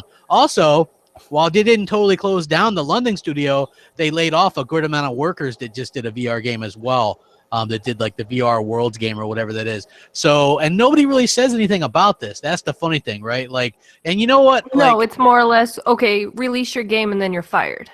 Yeah, you know what I'm saying? And then people damage control it to me on Twitter. They're like, whenever a new game gets released, they always have layoffs and stuff like this. I'm like, layoffs are one thing. They closed down the goddamn studio. That's not layoffs. Listen, get the fuck out, people. Yeah, they're like, you ain't gotta get out of, you ain't gotta go home, but you got to get the fuck out of here. You know what I mean? Like, it's done. You know, like, and good point, because I did see a Forbes article today about PlayStation VR. Like, what happened? You know what I mean? Like, where's the VR talk? You know, literally. That was all the talk, right? Last year, that was all the talk. Everybody was like, VR, fucking VR. It's the next big thing. That's all I heard. It was the next. Not in this big fucking thing. podcast and another couple of podcasts, because we were all like, that shit's a fucking fad and ain't gonna be around. Yeah. I said it's gonna go the exact same way as you know, as 3D TVs, as all that bullshit, right? So we'll see VR in a different iteration, like, you know, 5-10 years from now, I'm sure. Well, crap, You know? not for anything, but how many times have we seen it? Whether it's a mediocre game coming out or if it's new hardware with straight gimmicks, whenever it's on Sony's side, whenever it's on the PlayStation, you got the stables running. Day one buy. It's a day one buy. We're all gonna get it and stuff like that. All of a sudden it comes out and you hear crickets. You just it's fucking straight crickets, dude. Because you know why? Who the hell is gonna spend fucking $550 for that shit? You know what I mean? And not only that, but you realistically need the PS4 Pro to run that at any kind of decent rate. Because what happens is if you don't get a 60 frames per second solidly, you get sick. Hell, it's more like 90 FPS for VR. Yeah, but they have a 60 cap. Yeah. They're like, you need to be at 60 or whatever. And it's a lot of, it was so funny watching people damage control VR because look, it's an interesting experience for sure, but it's just not going to ever take off in the mainstream, just like the PlayStation Move. And look, I feel bad for people that spent like $550 on this shit. Why? Because Sony has a long history of dropping support for their like gimmicky peripherals. Yeah. Look at the Move, even look at the Vita. And that's a hell of a system. It's powerful. It's got a lot, you know what I mean? Yeah. And they completely dropped support for it. You can look online. They canceled games for it left and right. I know Microsoft gets a lot of shit for canceling games or whatever, but Sony actually canceled a lot of games for the Vita. They've canceled, obviously, like, who's going to do their VR stuff? Yeah, and they've canceled them for completely different reasons, being nobody fucking uses the Vita and nobody buys anything for the Vita. Crap. I own one, but it's like, it is a quality thing, but it's like they don't really support it. So, to me, it makes it almost worthless. Just like the Move. I thought the Move was kind of cool. Like, I played...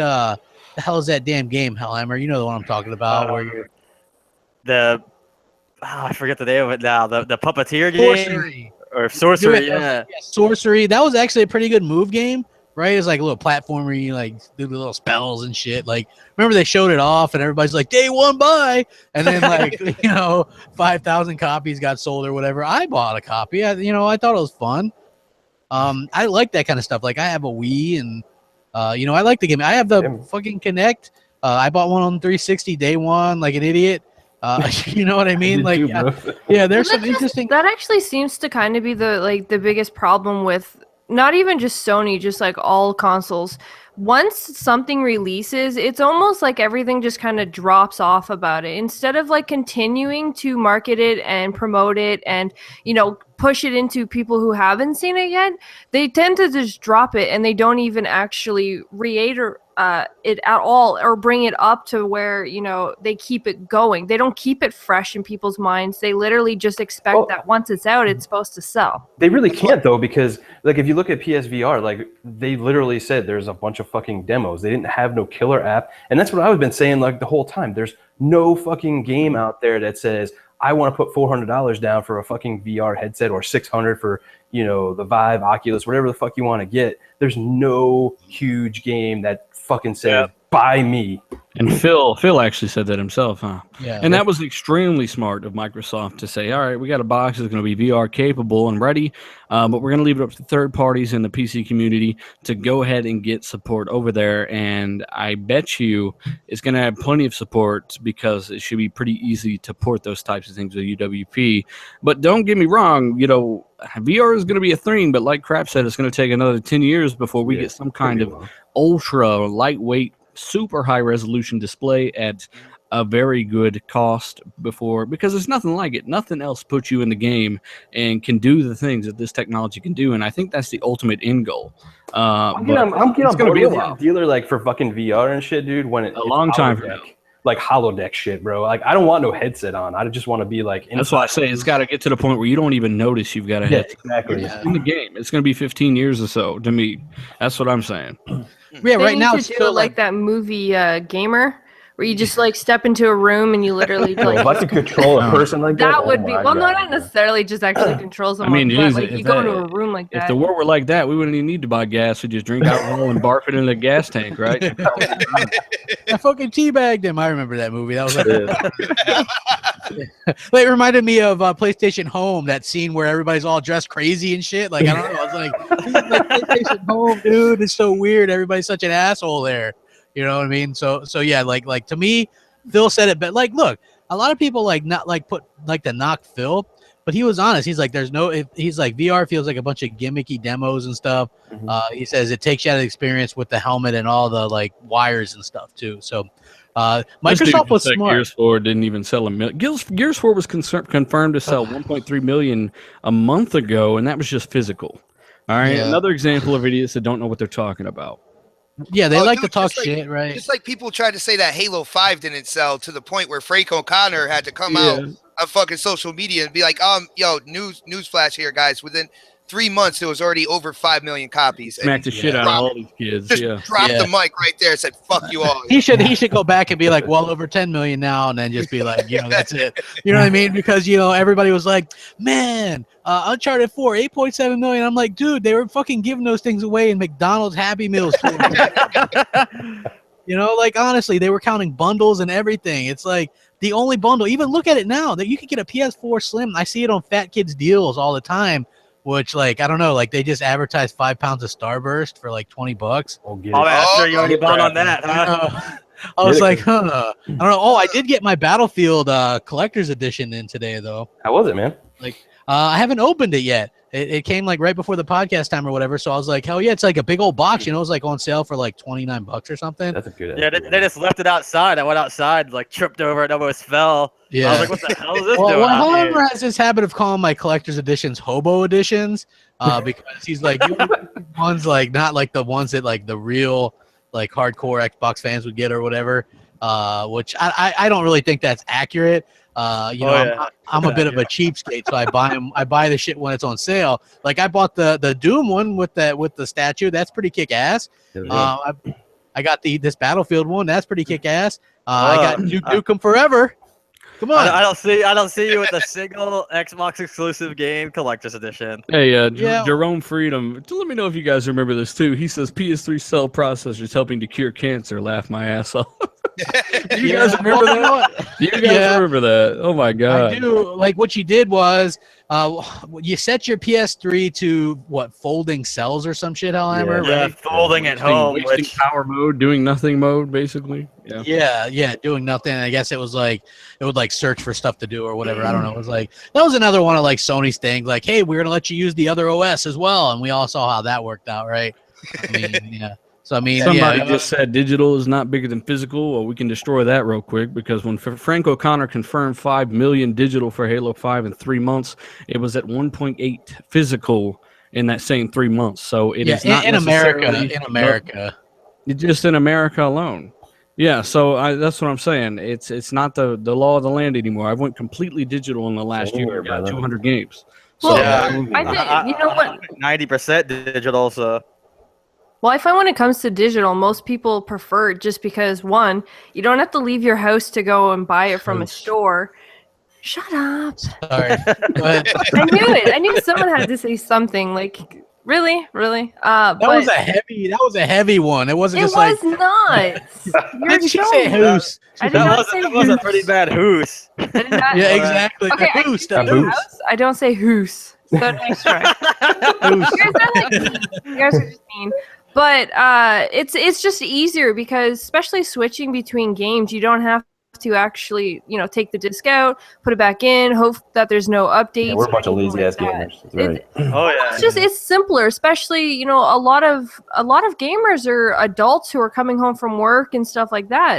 There is kids, obviously, but of course, what parents want them to scratch up their discs anyways. So there's a lot of benefits to digital. Well, you know what? Yeah, like the other day when we did Halo 5 on game night, and I was like, I'll go start this, and I pressed to go to it. It's like, insert the disc. And I was like, damn it, I gotta go disc.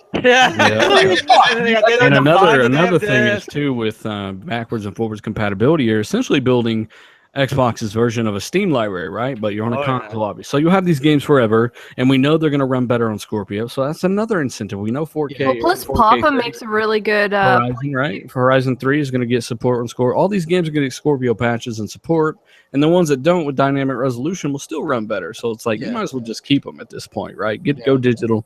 It really is more convenient.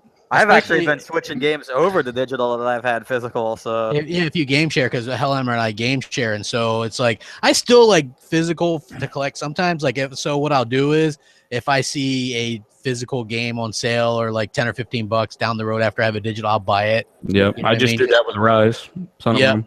Yep. So that way I have both or whatever. Like I bought the $100 edition of Forza Horizon 3, but hell, I never bought the digital, so I don't even need the fucking the disc. You know what I mean? I could just like, you know, I get all the benefits of both. That's why I kind of like Microsoft's original version of what was going to happen with the Xbox One, where you bought the game physically, you installed it, then you didn't need a disc, so you could still collect it or whatever. Because I never trade in my games ever. I've never traded in a fucking game. Hellhammer, I think, has traded in a few. I've never traded in any. Like I still have all my games. I'm guilty of that, man. Like, but also I have to say that digital is cool for like GKB and She-Wolf, because you guys had a PS4 originally. You had digital games. You sold your PS4. When you got another one, you had your game still. Yep. Exactly. So I mean that's cool. But then on the negative side, you probably could have got more for your PS4 if you would have sold it with the game. So I don't know. Well, yeah, especially the fact that if you sell a system, you can't touch the games anymore if they're digital. They're literally just sitting there. So that aspect kind of sucks. Yeah, but I mean, like for me, I have 10 physical PS4 games. Like people are always like, really? And I'm like, yeah. Look, at this rate, I'll have more than.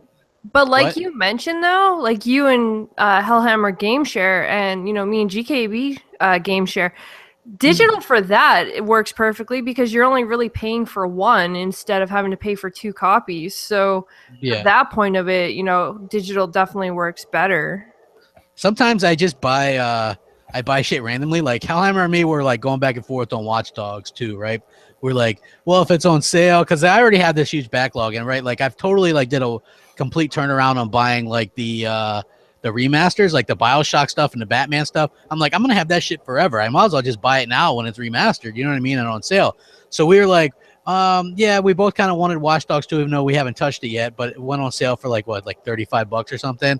And so I told Hellhammer, I was like, I just put out a new video, man. If it gets like 300 or 300 views in the first like 10 minutes, I'll fucking just buy it. Like I just came up with that number out of nowhere. And it was like, boom. I was like, damn it. So I was like, all right, well, I'm gonna buy the game now. Like just out of nowhere, just like just for myself, I was just like, I'm gonna buy it if it, you know, and we haven't even played it yet. But yeah, like I like the digital aspect that you can share the games and they're there, and I don't gotta fuck with anything, and it does the automatic updates, and you know, I really am enjoying that. Even though I was really opposed to digital for a long time, I was like, no, never. You know, like that kid with the baby food. You know, you're trying to feed him, and I was like turning my head, like, no. Yo, Crap.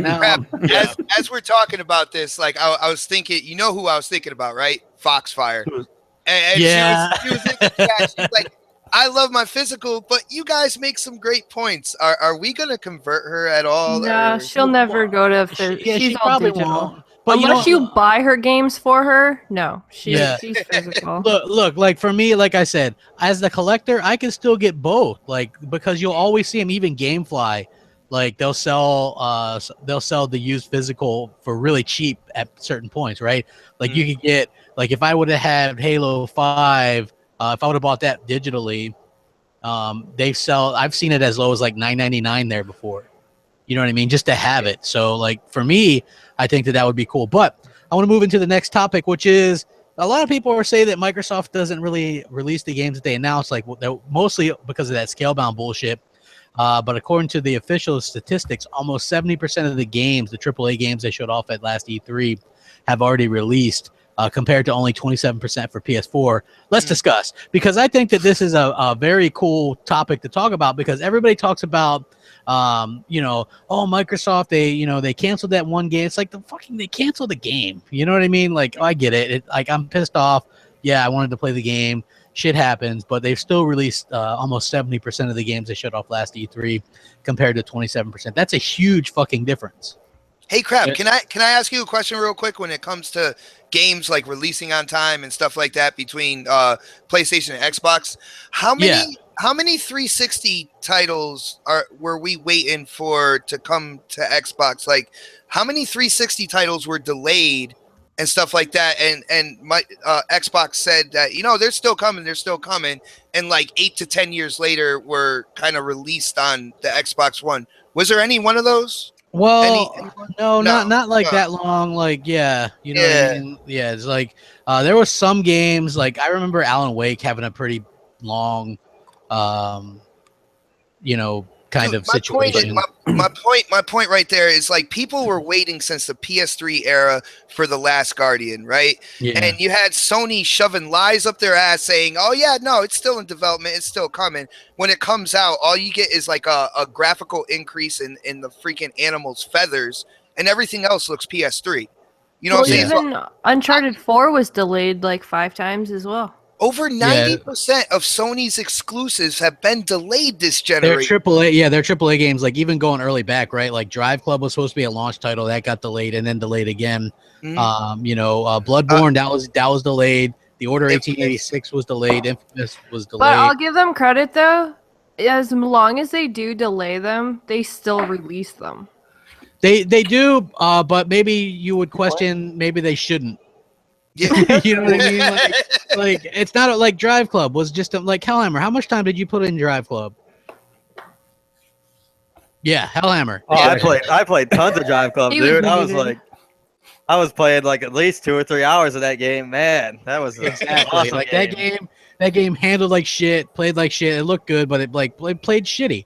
So I mean, Rise was originally a 360 game, but they went back and redid that game completely. That was way early development, and they just announced it really early. And it was going to be a different Connect game. Yeah, completely different title when it released. But at least they had a couple work on it. You know what I'm saying? Like they completely redid the game. That was Donnie D. Or everybody's like Don Metric. And Either way, it still doesn't compare to the fact that 70% of those games announced last year and shown last year released. I've already released, and 20-something% on the PS. That's a stone cold fact, and that's crazy. That's always like, and I did a video on that, and people were like, damage control. I'm like, how is talking about the facts? Look at the fucking link in the description. Yeah, it's like it's not hard to read. Hooks on phonics. Yeah, you know? Exactly. Right. Like, look, I get it. Like, a game got canceled. It's the end of Xbox. But Sony will sit there and announce all these damn games, and I would love for God of War to come out this year. That would be fucking fantastic. Or Days Gone. I would love that. I want that. But it's not going to happen. Or that Spider-Man game. None of that shit's coming out this year. We're getting Nihon. We're getting Nier Automatica and Personas and these weird games that most people don't give a shit about. Hey, any of you guys get Resident Evil 7 digitally? Not yet, but we will be. Yeah, okay. I was gonna say, like, I'm getting it as well. So it's like 2 or 3 in here alone. Somebody says nobody's getting Resident Evil 7 on the Windows Store. Well, that's wrong because we're getting it on the Windows Store. Right? Yeah, I mean, as long as we buy it through the Xbox Store, we will. Yeah, it doesn't just go one way. Like if you pre-order on an Xbox One, you get another free copy on your PC through the Windows Store. So we're getting it on the Windows Store for no money at all. Yeah, freeze. The power of Play Anywhere. Xbox only. It's going to be good when a lot of third parties start really implementing this. And why wouldn't they? Because it's more potential revenue for them.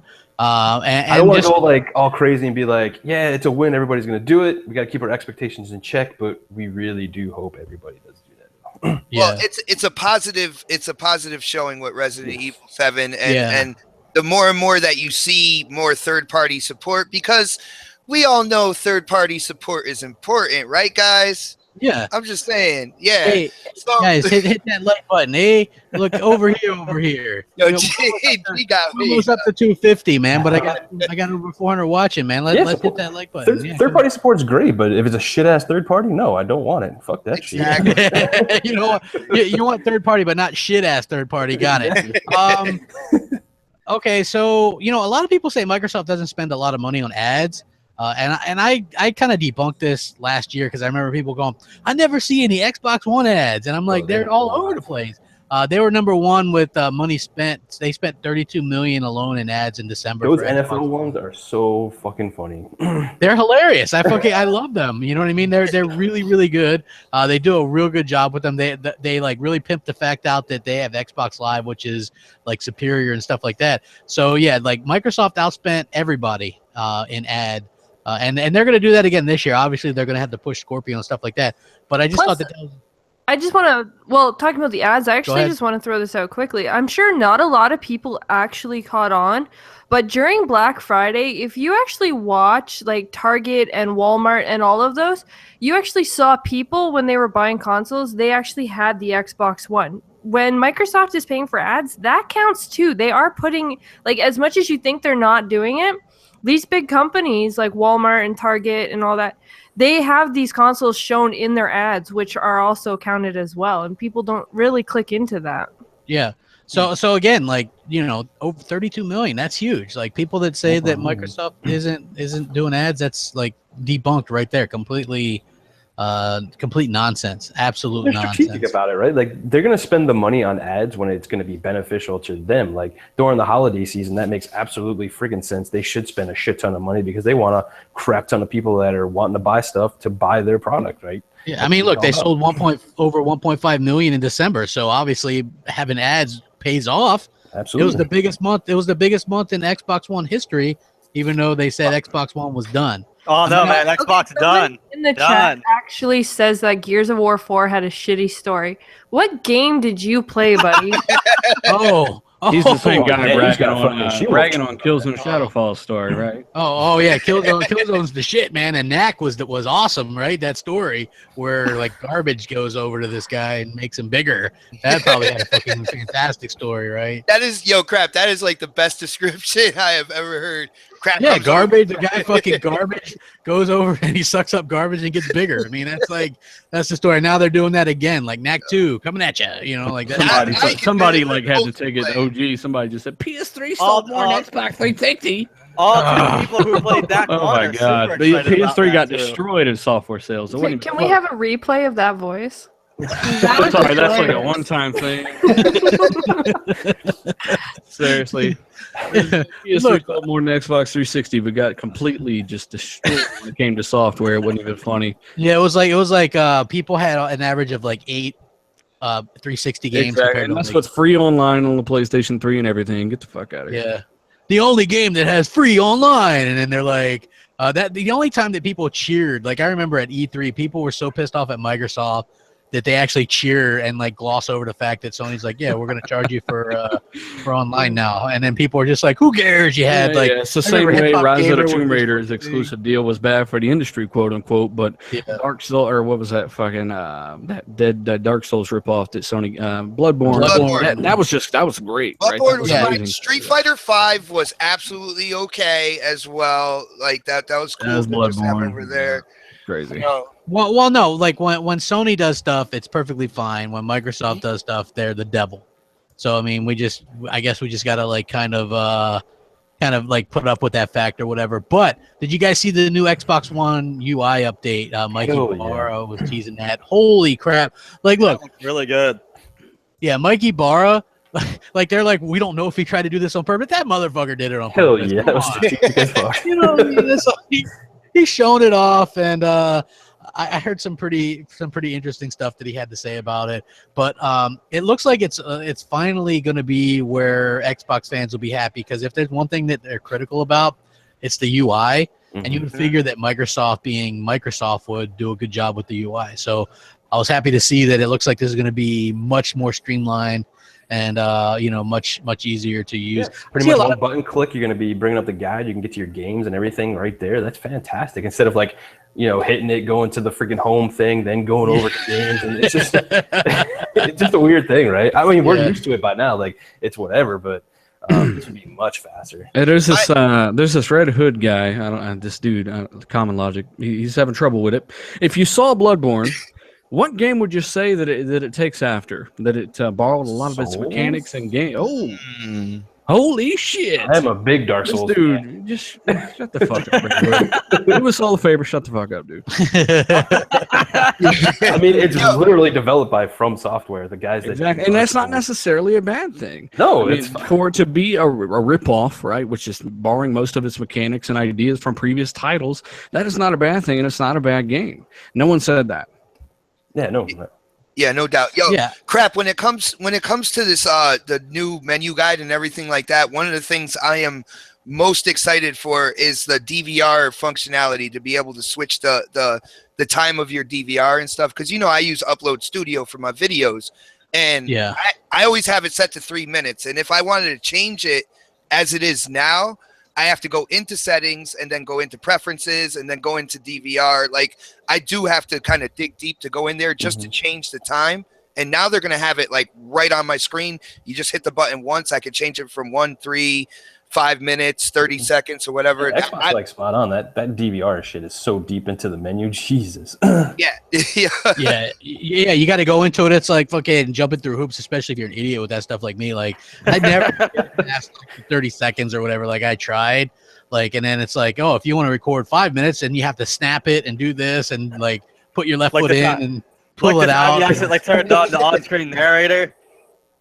Yeah, like I had no idea how I did that, and it was like every time you like ran over like his thing, or whatever, it was like it will sit there like read everything. I'm like, how the hell do you turn this off? Like Hellhammer had to look it up, and he's like, Yeah, I well, had no idea how to turn it on either. I was like, why is that even a thing on the Xbox One? Yo, Crap, I would have paid. I would have paid to been at your house when that happened, man. I'm just saying. Yeah, it's so annoying. Like, you're going down like the people's names, and it's like, you know, and it was like, or like when I went over my own name, it's like it was like Mo Crapgamer, and I was like, damn it is Mo. Like, you know what I mean? Like, people used to always go that. They used to go, oh, it's Mo Crapgamer, or Mo Hellhammer, and it was like, it's not Mo, it's MOH, you dumbass. You know what I mean? Like, damn, seriously. Did you guys check out the Injustice 2 trailer? Yeah, you know what? It looks really good. Superman likes to punch through people's chests. Yes, that's awesome. Hey, by the way, Red Hood, when you put it's Youre. All right, buddy. As in you are. Dude, I couldn't get that's like a pet for that peeve of laugh, mine, man. too. Oh my goodness. Yeah, like you know, logic. they do a damn good job with this. Like, the Injustice games are fun. I hope they have easier achievements in this one, but I like the whole aspect of it. Like, you know, the fighting and the powers. Yeah, like the armor upgrade sounds pretty damn sweet. Having looking armors and suits in there, man. Oh my god, it looks awesome. Yeah, having like an alternate timeline Superman or whatever who, like, I guess kills people. That's pretty damn cool. Yeah, Lois Lane got killed, so he went nuts after that. And it seems like from the trailer, Batman is getting a little darker with his surveillance on people as well. Which they should just take after the new movies. Batman go around busting caps and people. Probably that's all fine, dude. Yeah, like you know, he has a sniper rifle. I mean, when didn't Batman have a gun going around shooting people, right? I mean, come on. Lucky for us, all in the audience, like Batman and Superman's moms are both Martha, or else who knows what would happen. How do you know that name? Martha. Quit beating the shit out of you. Just telling your mom's name is Martha. Yeah, Martha. My mom's Martha. Okay, why'd you say that name? My mom's Martha too. Let's be friends now. Okay, because that makes perfect fucking sense. Just kicked the shit out of me for like 20 minutes. But. Yeah, like, I mean, come on. I think that he could be a decent Batman, but come on, man. Like, that whole thing was stupid. They like tried to cram like 6 movies into one movie. Yeah, they did, man. Yeah, and that was like. Yeah, I will say though, there's no way it's a fucking 27. That's ridiculous. Batman vs Superman. If you watch the extended cut, which is the version, I haven't watched that yet, but I did. You have to. Oh my god, it really is. It's the best extended cut I've ever seen because it changes the movie. It literally changes the movie. So I highly recommend you watch the extended cut because I'll check. I'll watch it. It really is completed the movie. I'll check it. You know what? Like, I like the new Wonder Woman movie too. It like reminds me a little bit. It reminds. Dang, she was that? I hate her as Wonder Woman. I hate her as Wonder Woman. They should have chose somebody a little. Yeah, there were some other candidates. I grew up. Yeah. I grew up with, like, my biggest icon was freaking Wonder Woman. I loved her comics. I just, you know, she was such an inspiration, stuff like that. Fair warning, she will get triggered here in a second. What? No, go ahead. Nothing. Go ahead. I know you and insulting me. Like, I said you're triggered. Triggered, yeah. That's insulting me. I'm not sure. But oh my god, like, I hate her as, like, she even turns around, and before she actually started the movie, she actually said, like, her look is what is the new Wonder Woman. Like, she doesn't even care if the comic fans like her or not, because this is what they're getting, and she doesn't have to have a build to match an Amazon that she is the new Wonder Woman. And it's like, she can go fuck herself, because she. I was mad about that shit too. I was mad about that shit too, because she was talking shit about the comic fans and all that kind of stuff. But after seeing the trailer, oh my God, I am so excited. But at the same time, it's like you're Gal Gadot, you know. You've been in I get that. Someone can take you know, her like, she's and been in break Fast her and the over Furious. their She should be pretty knee. humble. She should be pretty humble to be such an icon after being in the Fast and the Furious. That's you know true, what I'm saying? Died in the Fast and the Furious. So Like, Jesus Christ, yeah. you know what movies you've been in. You should be thankful. You should. well, you know, it gave me Captain America 1 vibes. You know what I mean? Like going back old school, whatever. Like they do things kind of half-assed backwards in the DC side of things, but I mean that is kind of what it is. Microsoft acquired this company called Simply Gone, which I guess is good. Yeah, what is it? Simply Gone. Simply Gone. Yes. So I had a basically, problem with that yesterday. yeah, Simply Gone. I guess. Okay. Yeah. So basically, this is going to help make game development cheaper for them, and a lot of other going to companies. write checks for them because 80% of the fucking gaming industry uses it. Yes. So Sony uses it. All the developers use it. Again, but Microsoft is looking to get out of the game business, I'm sure. You know what I mean? Like, to me, this is like another thing that's but it's going to make things much cheaper for them. So they'll be able to like take more risks and things like that. It's like if Microsoft ever decided to buy AMD, imagine how fucking cheap that would be. Oh yeah, dude. Use their fucking chips and stuff like that. Like that was that rumor a couple years ago that they were looking to buy them. Yeah. So. Yeah.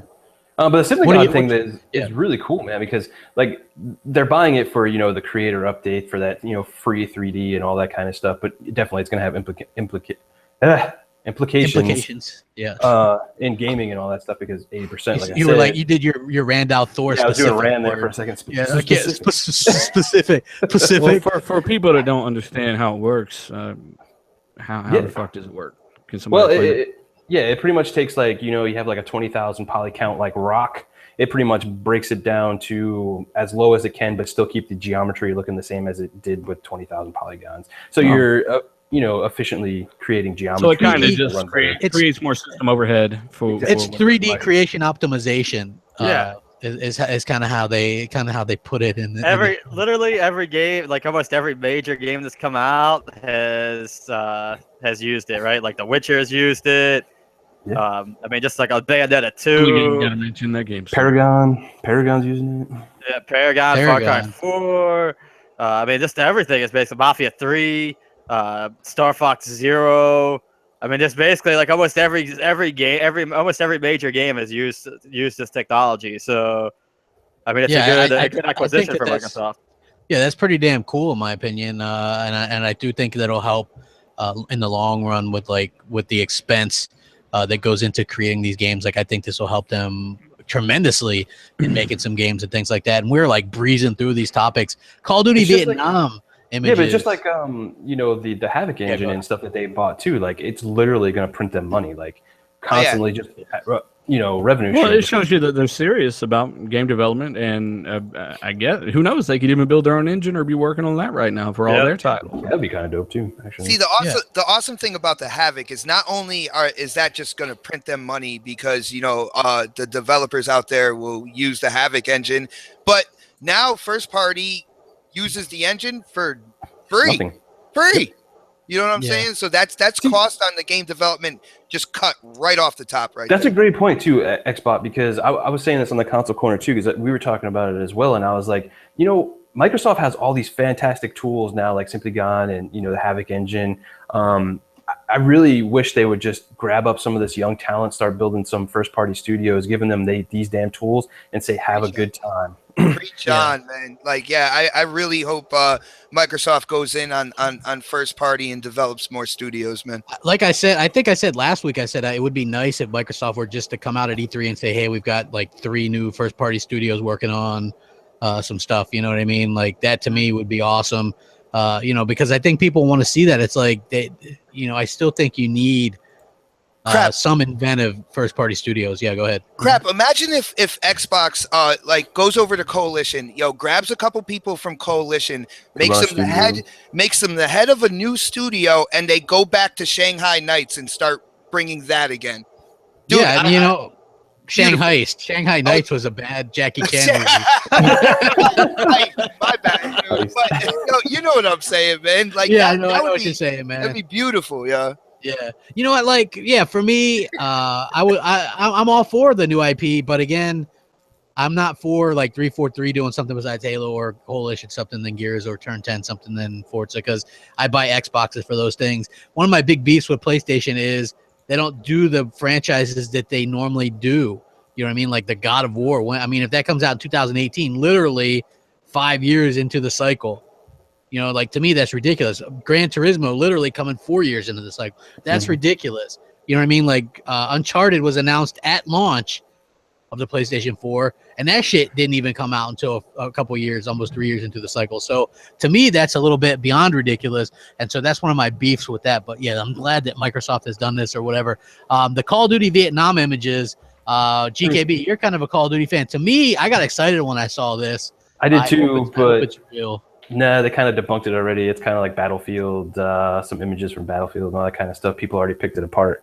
God damn it. So unfortunately, it's not. Bummer. Yeah, we're going to see more future before we see anything in the past. I feel. It might actually be images from the past anyway, because they did say they were working on a it third person? They posted out. They posted out like an image of a 1911 from like a Vietnam era style gun and all that kind of stuff. So it's pointing to that era, so that's kind of good. I like to see some more. Yeah, they were supposed to be working on a third person World War I or something Call of Duty game, but of course Activision said no, that's different, and people may give a fuck. Let's not make that. Let's keep doing regular Call of Duty all the time. Yeah, let's just do. You know what? I just would like the boots on the ground thing. We need more jetpacks. Give me some jet boots with our jetpack. give me jetpacks, jet boots. You can fly jets around with your jetpack and your jet boots. And you can run across walls and do all kinds of crazy shit. Like I always feel so out of place when I play those games because I don't play that way on Call of Duty. Just I don't know why. I just stand there and then people are like jumping up, double jumping and shit, and I'm like, oh. Oh, and that's been happening to you since back on the Call of Duty 4 days, though. Remember that time you watched that dude bounce off the car and 360 no-scope you? Okay, we were on that district map, and the guy starts doing this weird flip-de-loops, and he does this thing, and he hits the car and does some kind of 360 nose. And I just was standing there wondering what the fuck he was doing, and he no-scoped me, like with some kind of. And then everybody's like, "You're gonna be in that guy's montage," and I was like, "Motherfucker!" I just stood there. I mean, it wasn't like I was moving. I was like, "What the hell is this asshole doing?" Because like so often in Call of Duty 4 back in the day, people would like drop shotting was the big thing, or people like halo jumping. And like I have such shitty aim, like when they drop shot, I'm aiming at feet anyway. So like you're dead. I'm getting a headshot. You know what I mean? Yeah. And then when it comes to like so some of the other stuff, like I don't know, it's like the halo jumping again doesn't really work on me. But I hope that Call of Duty goes back to like boots on the ground or whatever. Resident Evil 7 only 10 hours. To me, this makes me more interested in the game because I don't want to play. Awesome. Yeah, I don't want to play a fucking game for like 40 hours. Like, I don't know. Like, and that's the problem. Like, that type of game is like, it's as long as you want to make it, right? Like, if you get everything and do all the stuff, the 10 hours, it's like, how can you really, that maybe somebody ran through it in 10 hours, but there's no real way you can. I said that too, dealer, like, because like all Resident Evils like have collectibles and all that kind of shit. You have to go back through and get a ton of stuff too. So it's probably just the main story. Like they kind of just even in the damn demo, I was finding fake fingers and shit. I'm like, what the hell did I do with this? You know, like that demo was either 10 minutes long or 30 or 40 minutes long, right? Like, have fake finger you. Yeah. Well, no, fake finger bang. I saw she was post because like Jamie Moran, right? Like posted that finger. Like apparently you can order a special edition of that with the finger, and she thought it was like I guess a dildo. So she was like, "Oh, I thought it was something else." I knew what it was. I said what it looked like. Yeah, we were like sitting there making fun about what it looked like, not that what it was. That was a weird dildo with some shit on the end of it, bro. I don't know. It was a burnt one. It was a burnt one. But what was funny was like just reading this thread. Or was it something else? Yeah, exactly. But just reading the thread was hilarious, right? Like just reading down it was I thought it was fucking hilarious. It was absolutely funny. And now, guess what? Nintendo Switch. That thing is a real thing. Some people hated it. Some people loved it. The presentation I thought was just okay. I didn't think it was anything. Oh, it's Nintendo. What's not to like? Come on. Yeah, I'm like listen. I thought they did what they. I thought that, you know what, look, I wasn't like super impressed with the presentation, but like the game, like Zelda looks phenomenal. Like the Splatoon stuff is cool. The new Mario looks really good. I know. I just thought it looked good. Like Xbox, you have a lot of problems with this. Why don't you go over some of your problems that you have with it? To me, I'm really disappointed in what Nintendo has to offer. After everything that happened with the Wii U, how the Wii U launched, and they were like, yeah, you know, we have third-party support. Yo, check it out. We got Call of Duty and stuff like that. And then the third-party support just went off a cliff, all right? A lot of people are talking about that with the Switch. It's about the Nintendo games and all that good stuff. And it's like, yeah, well, that's cool. Mario, Zelda, Mario Kart, all that good stuff. Well, you know what? The Wii U had all that as well, and it still did what it did. But here's the thing, though. Like, I mean, I get what you're saying, you know, third-party support and all that kind of stuff. But, like, us as, like, Xbox guys or, like, even PS4, like, that's your main console. Like, are you really buying it for the third party? I get, like, you know, Nintendo fans, they need that third party because if that's their main console, yeah, absolutely, there's an argument to be made. But for me, I'm only going to be playing Zelda, Mario, Star Fox, all those type of games. That's my all thing. My thing on that though is right. Like part of the whole selling point of this was supposed to be the portable system that you can play stuff on while you're away, without having to spend like. Hellhammer, you bring up a point with the portable. Yo, take any advertisement of the Switch, right, where it has the quote unquote console out of the dock, but it's kind of resting there. Take all the words out of it, and you never saw anything about a Switch before. Somebody who sees that thing, what are they going to think it is? A tablet.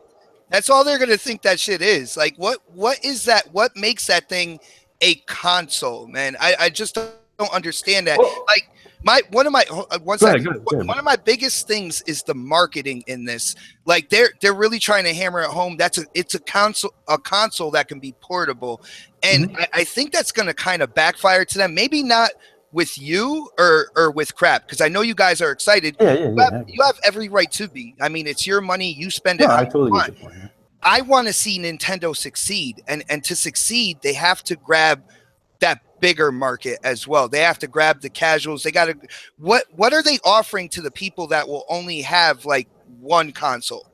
You know what I'm saying? And the price points are astronomical when you look at it like that. Like I'm just saying. What, like just the console itself, or the $300 for that, and then everything extra. Like if you want to do a multiplayer game, of course you can have the Joy-Cons. You could give one Joy-Con to a friend and everything. Like, but if you want to use like those true motion controllers, like with ARMS, the game ARMS, you're gonna have to buy another pair of Joy-Cons or get some friends that have the Switch as well. You see what I'm saying? And the Joy-Cons, I believe, are like $70. If you want the Pro Controller, it's like $80. I took a look at the Pro Controller, and to me, it doesn't scream like. I've been so used to the Xbox and the quality of controllers there, and even to a point, like I think PlayStation and the PS4 might have a higher quality of like I don't know, maybe plastic molding and stuff like that. To me, that Pro Controller, as I saw it, it looks cheaply made. I could be wrong. I haven't had it in my hands yet, but damn, like $80 for that shit. Come on. I totally get like the $80 thing, but literally, how many people on this panel have an Xbox One Elite controller? Yeah. Please in the chat. Please. We gotta say though. But you know what? But to that point though, even though I do have that, like. That's our main gaming console as well. Okay, but that's not the standard controller that came with it. It was an accessory that you literally spent $150 on. Yeah, because I'm playing hundreds of hours of games on this thing, and I also use it on my PC. Right, but versus I'm gonna buy this to play like the handful of games and Nintendo exclusives for the 10 or 12 hours or whatever, Zelda maybe 20 the standard or 30. Xbox One controller will handle hours and hours and hours of gameplay too. It's really a moot point, honestly. If you're going to spend $150 on a controller, you really can't complain about an $80 Pro. Well, no, at the price point though, for how much you get usage you get out of it, right? Like, all right, so that's what I'm saying, right? So I pay $150. I have the Elite controller. I use it on every single game I play. I use it on my PC. I use it here and there. I'm literally playing it. Everything that I play, I've played since this thing has come out. It's been on the Elite controller. Okay, I mean, but that's a fair point. can I It's not quickly your purchase, but can at I the same quickly point- actually add something into this? Yeah. When it Yeah. comes to the controller, first off, it's an add-on. You don't have to buy it. And second, for Hellhammer's point, you're saying that you bought yours because you play on the Xbox. Well, what about those gamers that actually want to buy the Nintendo Switch, who are actually, like, for instance, Pelvic Gaming? She's a gamer that, you know, a lot of us know, who is a big Nintendo. She's probably going to want to buy that because she does spend hours on the Nintendo. So, you know, I mean, your point doesn't really stand strong no, when you're it saying does, that it's because I'm you saying play a as- lot on the Xbox. Well, yeah, and I'm saying though, like for like the average person though, like if like for us, for anybody in here that's in here, we're not gonna be sitting there and playing. Well, we're not average people either, though. Well, We're, you know, yeah, we're and all we're hardcore also- gamers. but we for are any of the also not- people that are saying that, Also okay, not the cornerstone of the market either. Yeah. correct. You know what I'm saying? You're talking like I want Nintendo to succeed, and to succeed, they do have to grab the casual market. Now, when it comes to, like, say, motion controls, motion controls are pretty much weak. The casual market is past all that. All right, they hit it with the Wii, but if you look over time, when you look at the Kinect was fairly big in the beginning with the 360, and then it slowly tapered off. You look at the PlayStation Move, didn't really do anything. You look at the Kinect 2, which is all motion-based gaming, and people are moving away from that, but yet Nintendo is still clinging on to that Yeah, but as they a also selling point. But you also missed it too. Like they said, every game that they're making, you can also use a regular standard controller with, and you don't need to use motion at all. It's Like we just gotta read. It's an option. That's all it is. It's just like Xbox. Like we have a bunch of options. Nintendo has a bunch of options. But I want to go back to like your point of like, you know, what makes this a console and everything. Well, it's really simple. Like the naming Nintendo makes it a console. Like they spent a shit ton of R&D and everything on this, so they can really call it whatever they want to. So if they want to call it a console, cool, and we can debate whether it is or isn't. But I mean, I get your point that it's a tablet-like device, but it's still a home console too, because again, any tablet out there can't take Joy-Cons and put it on the side of it, correct? Like I can't play The Legend of Zelda, Breath of the Wild, and, you know, Super Mario Odyssey, and, you know, I heard there's a Smash game coming as well. We can't play that on the tablet either. But that just makes it a Nintendo device, though. You're like, well, that's what I'm saying. but Like here- if Apple gets into the console business, right? You're Mhm. telling me that the device that they come out with won't be considered a console because it's not made by a manufacturer that has been making consoles? No, I said the whoever makes the console and says it's a console is a console, is what I'm saying. So if Apple makes a home console and says, hey, you can play video games on it, cool, it's a home console. But here's the other thing, like, here's the end all be all, right? We've already seen like Mr. Phil Spencer. He came down from his mountaintop and graced us with all this knowledge. Well, he also said, congratulations, Nintendo, on your console. And let me repeat that, your console hybrid reveal. So if our Lord and Savior, Mr. Phil Spencer, said, Nah, he's not my Lord and Savior, man. then, I mean, you know, in the Xbox world, but Yeah, I got it, man. if he says it's a console, like I think we should, like, it's a console, guys. Like, Well, see, here's the thing, though. The I debate think really for is myself. equal. I think for myself, I listened to Phil Spencer as him being the head of the Xbox division, and yeah, he's a smart guy. But when it comes down to it, I'm not going to agree with him on absolutely everything. You know what I'm saying? That makes me a pony, but on the opposite side. You see, I'm not going to do that. You know what I'm saying? I understand. but- Ultimately, the Switch it is a console, but it's being marketed as a console, and that's the big that you can mistake. take on a good. Is here's it? the thing. If it were marketed as a handheld that could be played as a console, then That's everything easier on to top swallow. of that would be a plus. You know what I'm That's saying? easier The to fact that it's swallow. lower powered than the Scorpio, the fact that it's not going to get all the third party support. Well, If it were a console, a handheld marketed that it can also be a console, it would be in such a better. Yeah, but position listen, right now. here's Nintendo's problem with that though, right? Like I agree. I think if they Philip DS marketed it like that, it would work out much better. But from Nintendo's viewpoint, right? They already got the 3DS, which is 3DS. basically their bread and They're butter. I think it should replace the They're 3DS. getting And as a rid matter of of Oh, fact, yeah, yes, I yo, agree. don't listen to But what they're saying.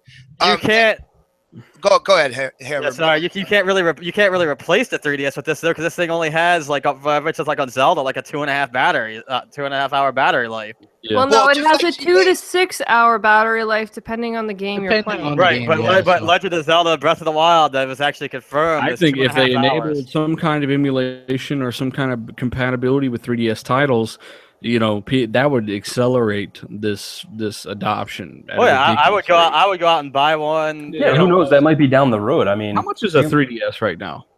200 still, because they don't really. Yeah, do exactly. it. Like, Nintendo doesn't drop I the spent price. $200 there when you could get a console hybrid with a tablet and all this shit for just $100 more that also plays, basically Wii U games on the go. That's about what the graphic, fidelity you can Yeah, expect. I don't Yeah. disagree with you at all, dealer. I think that's a fantastic idea, but I just don't think they're going to cannibalize their DS market Yeah. because they, whatever.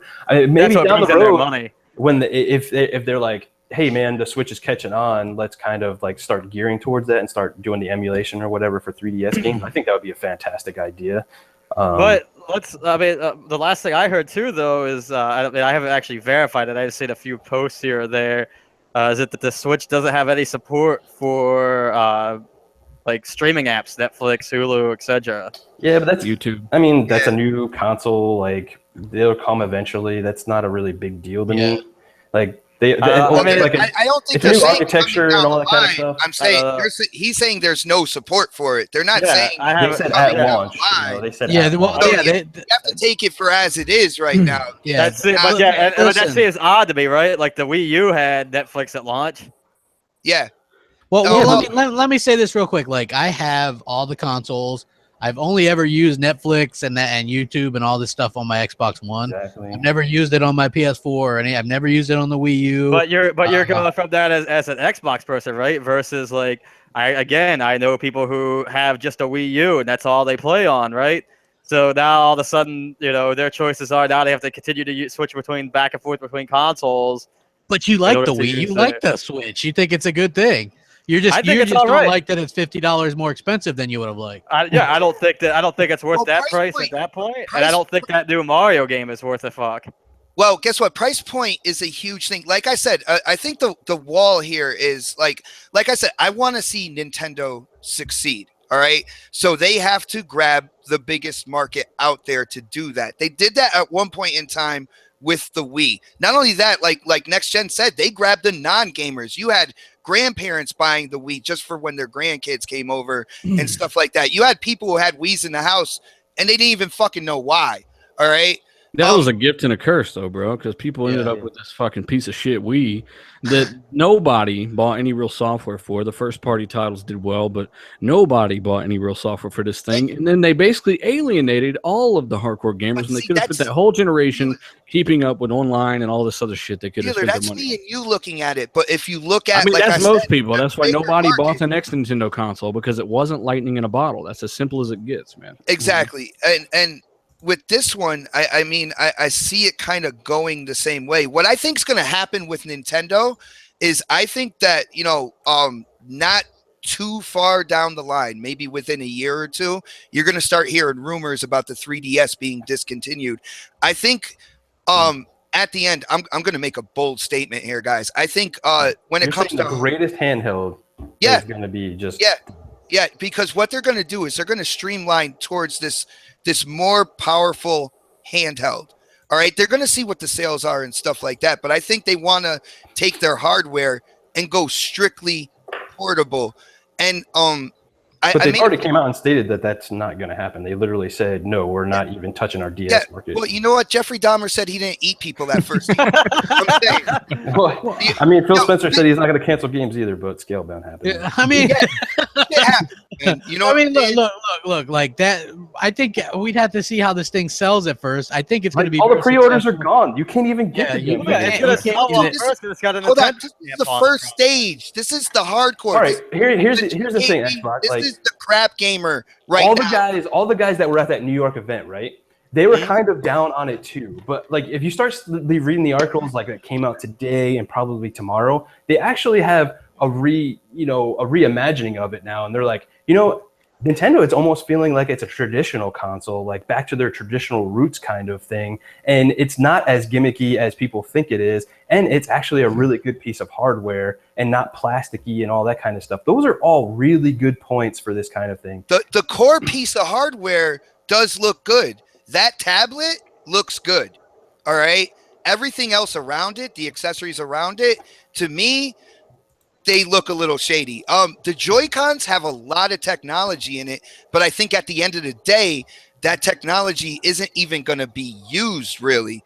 You see what I'm saying? So you're getting all this stuff. You're paying, of course, you're paying $300 for a system where Nintendo's getting a profit off the hardware as well, and you're paying for this technology that you're pretty much most of the people aren't going to use.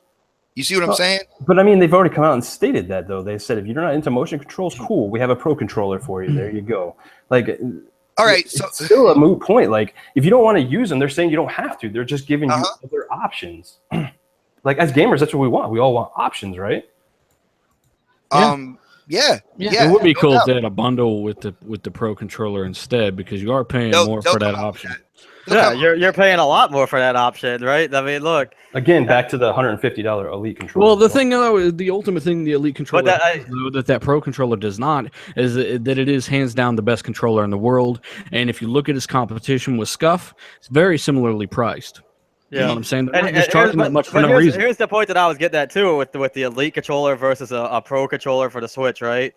That's all fine and good. The pro controller for people who are going to be playing a lot of Nintendo, and that's going to be mainly what they're gaming on, right? Mm-hmm. But dropping $80 on a controller that I'm only going to spend maybe 20 hours a month on, so I can actually enjoy the console, is a bit much. Versus $150 for one that I've literally probably put thousands of hours on. I mean, that's a fair point, but I think at the end of the day, just like the media said, nobody would buy the fucking Elite controller and it sold out like instantly. The same thing's going to happen with the Pro controller. You're not going to find them.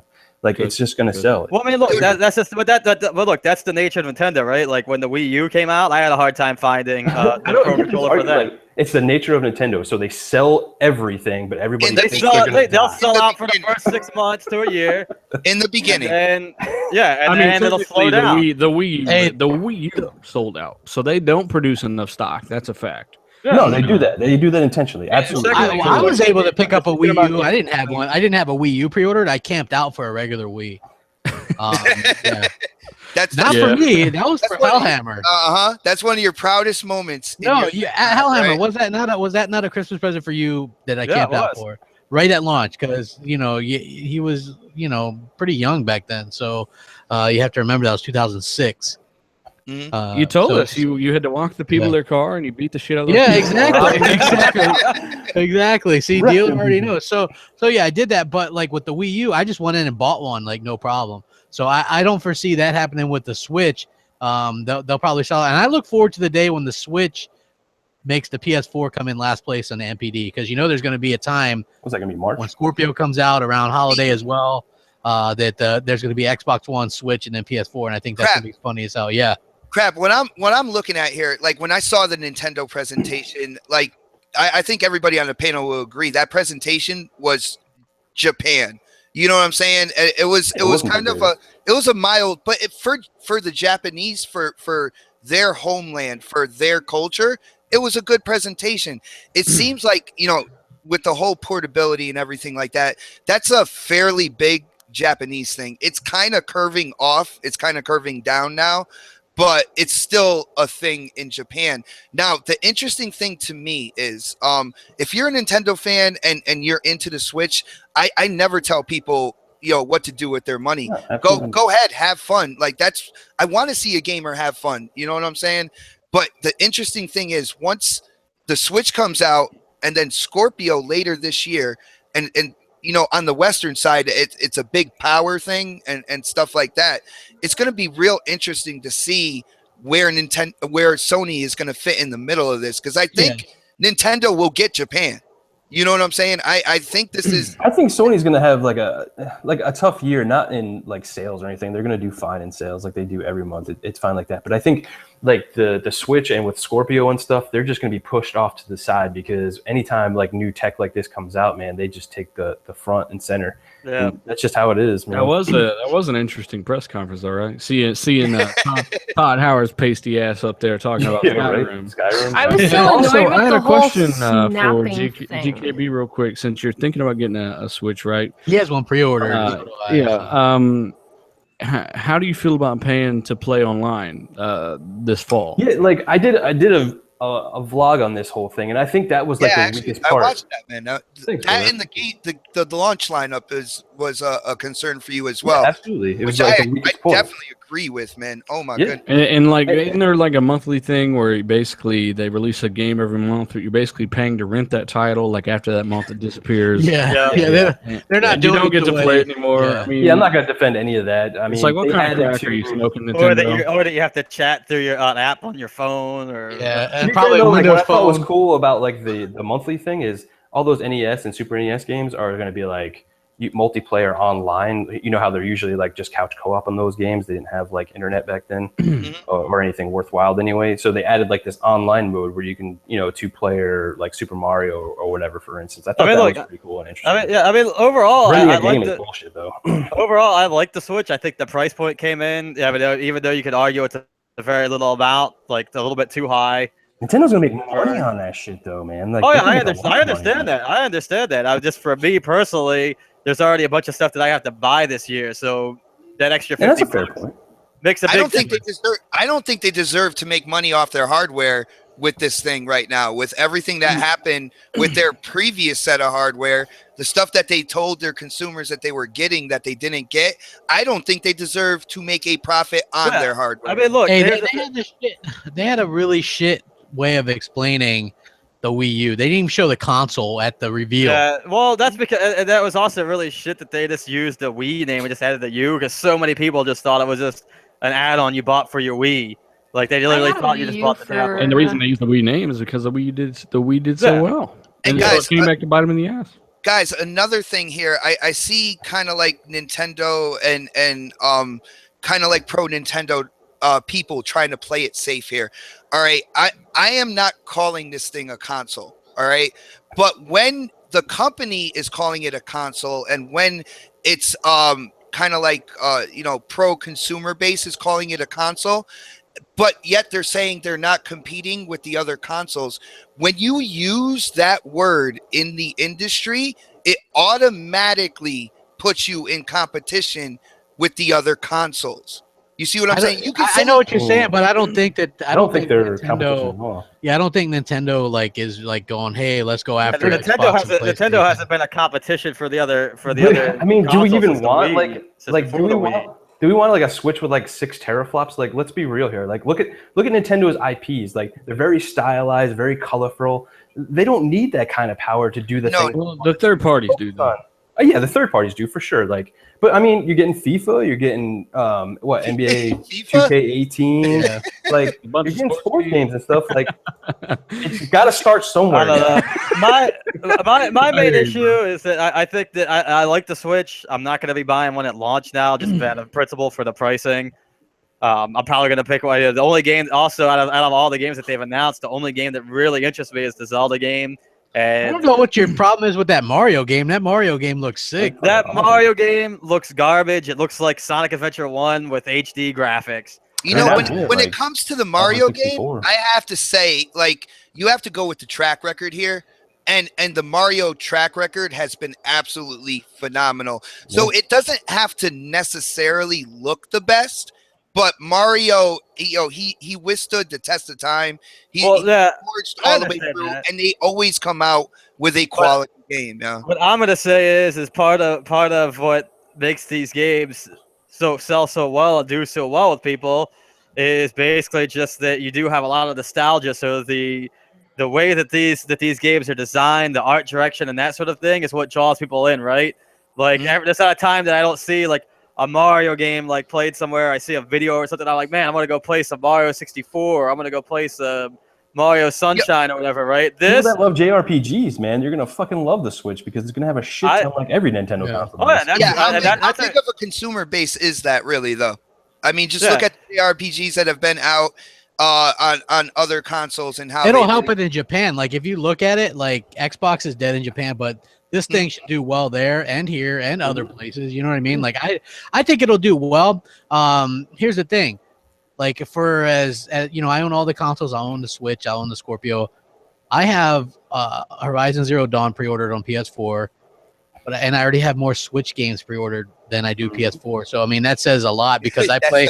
Yeah, my PS4 is the exclusive machine. I only use exclusives on it. The Switch will be exclusive as well. Multi-platform Xbox. So I mean, like for me, if you can afford to get all of them, then do. If not, like I didn't think that their presentation was super, but Zelda looked fucking fantastic. I like that it's different.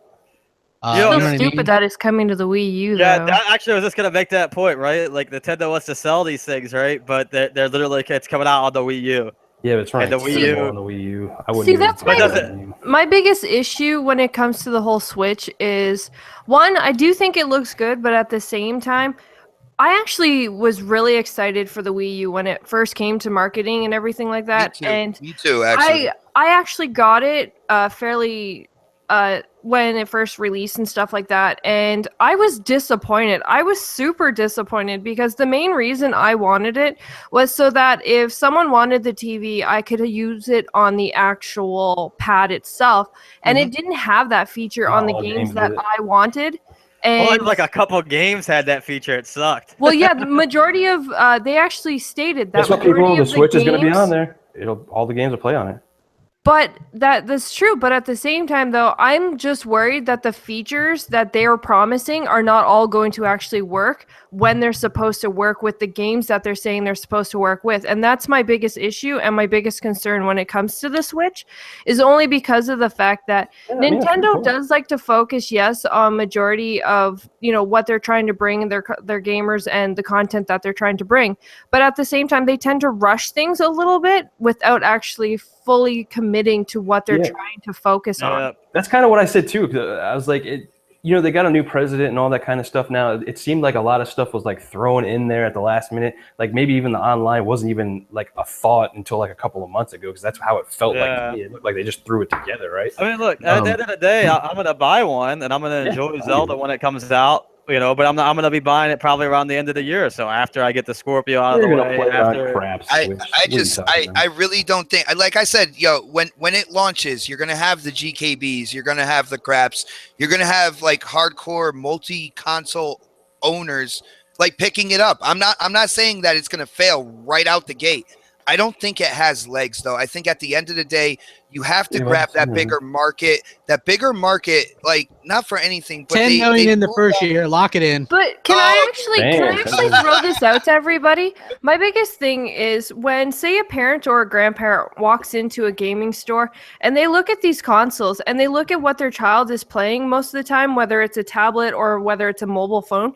Which one do you think that a parent or a grandparent is actually going to gravitate more towards? An Xbox, a PlayStation, or a Nintendo Switch? To that, I have a question though. How old are these children you're talking about? Because, from what I've seen, kids younger and younger now are getting into the more of the Call of Duties and stuff like that, and I see less and less of them actually playing cartoony type games. Man, letting their kids play Call of Duty.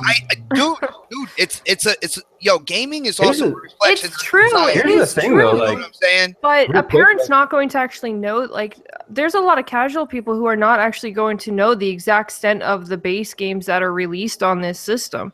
Yeah, but I also want to throw out too, though, right? Like, if the parents that have kids, at least that I've seen, anyways, where they're younger or whatever, and they're playing like. Let me clarify something, since since people are already. I know as soon as I say the word child, everyone seems to like jump down my throat. Like I've just said like that. No, I'm talking in the chat. I have people comments about the kid thing. Just because I say kid, I'm 30 years old. Kid is like literally anyone younger than me. So, like we have you could be like 21 and younger, and you're a kid to me. I'm sorry. Yeah, but like the whole kid thing too, though. Like our kids have Xboxes. They play the shit out of the Xboxes, but every time they go to GameStop, guess where they go to? They go over to the fucking Nintendo section and start playing Nintendo. See, you know, it's fun. It's funny. After the reveal, I showed the 9-year-old toads, 9-year-old twins. Seth and Evan are their names, by the way. I'm tired of saying 9-year-old twins. Their names are Seth and Evan. All right. I showed them everything from the presentation, and I looked at them. I was like, all right, guys, I could buy you one console. It's either that or the Xbox One S. You know what they both told me? Xbox One S. Xbox One S. All right. But Well, now they is that see you because playing you? that. Yes, Yeah. I was gonna say, is that because they're already associated with a console that you Well, they have a and Wii U. Mel play? They've had their 3DSs. We've played games with them, all that good stuff. It's not like we live in a house that's just strictly Xbox. You know what I'm saying? And at the end of the day, you know, they associate Minecraft with Xbox. I think that is absolutely huge right there.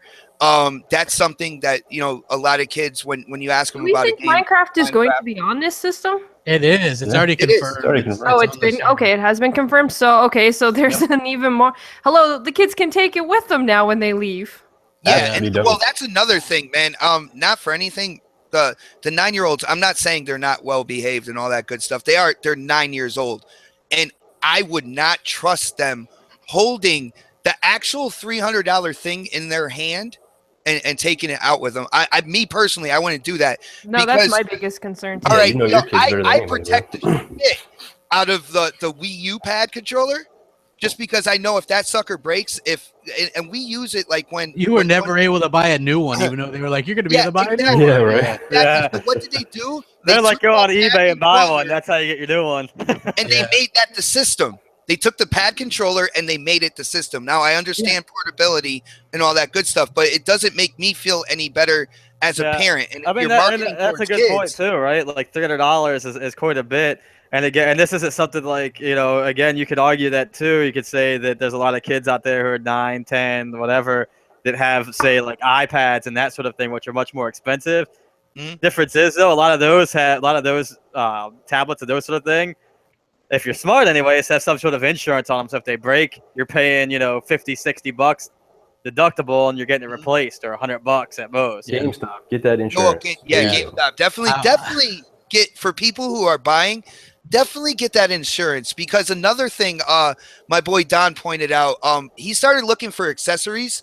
He's joking around with K Mega, right? And he was like, well, since he's getting it, I'm going to hook him up with some funny ass accessories and stuff like that. He started looking at the accessories, and the top accessory that was being sold is some type of ribbon to the battery.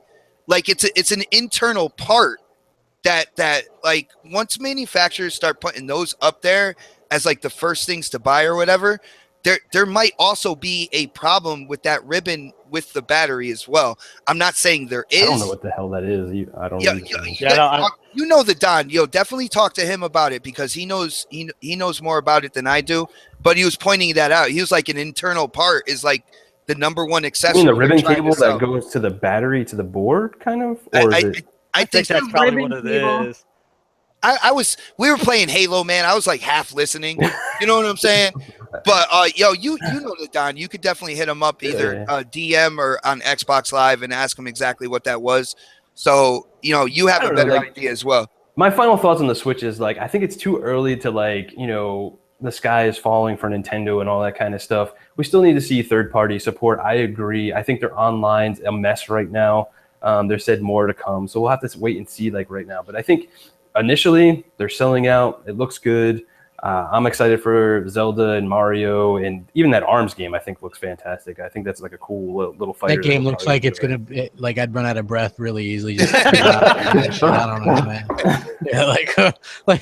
Yeah, but anyway, with that, man, we almost went 2.5 hours. I apologize because that wasn't the intention. But thank you guys all for joining me. GKB, what do you got going on? Everything. Yeah, right. I got another video coming out tomorrow. I got a review coming out on Friday. We got Shop Podcast Saturday, Community Game Time, then Console Corner, then back on Xbox Nation, and She-Wolf's videos are next week, and all kinds of cool stuff. Awesome. She-Wolf, what do you got going on? And what's going to be the community game, She-Wolf? Yeah, She-Wolf. I heard yesterday on Console Corner you'd announce it tonight. Yeah, I think I told you Mario Last Kart. week no. No, it's gonna be X Kart. No, X card. Nice. yeah, if you watch the console corner, you know what that is. Yeah, so I think we had talked about it being Titanfall 2. I think it was. Okay. Yeah, didn't Well, it they looks just like get new maps or something? Fox I can think just Yeah, I got an so. update, I I think. believe that she can red box the damn thing for one night. Like, suck it up, girl. Damn. Damn. I'm pretty sure it is Redbox too. Like it's not I think sold out so. or anything like that. Yeah. You can definitely Yeah. go get it. Yeah. Pretty sure. Yeah. So yeah, it'll be Titanfall 2. Because crap got us a game for Christmas, and of course we gotta play some. So let's do it. Let's play. Yeah, Titanfall 2. Let's do it. Let's do Awesome. it. But yeah, other than that, you can find me, of course, here on Wednesdays, on the Console Corner on Tuesdays. We have Ladies' Night on Monday next week, and I have a whole week of videos releasing. I'm actually releasing achievements and all that stuff for Call of Duty Infinite Warfare. So. Oh, nice. Yeah, I saw you earning some achievements the other day or today actually. Yeah. Yeah, so that's awesome. Hell, Every time, bro. Hammer, what do you got going on, dude? Not much. I'll be back on here next Wednesday, and then I can be found on Twitter or Xbox Live, XXL Hammer. Hell yeah, good to hear. Dealer, what's up, bro? What do you got going on, man? Sorry I kept you so late, man. I know you were fucking tired.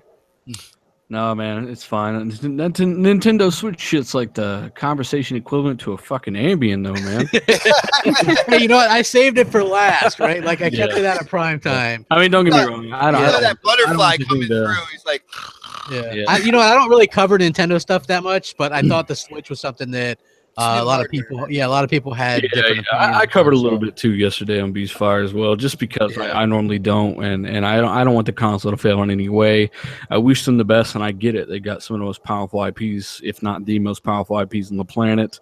I wish them all the luck. Competition's great, right? But me personally, we just did an episode of Xbox Beast Fire on the channel yesterday. It's a little longer for my channel. I try to keep my shit kind of short and to the point to normally cover Xbox news, Scorpio related things.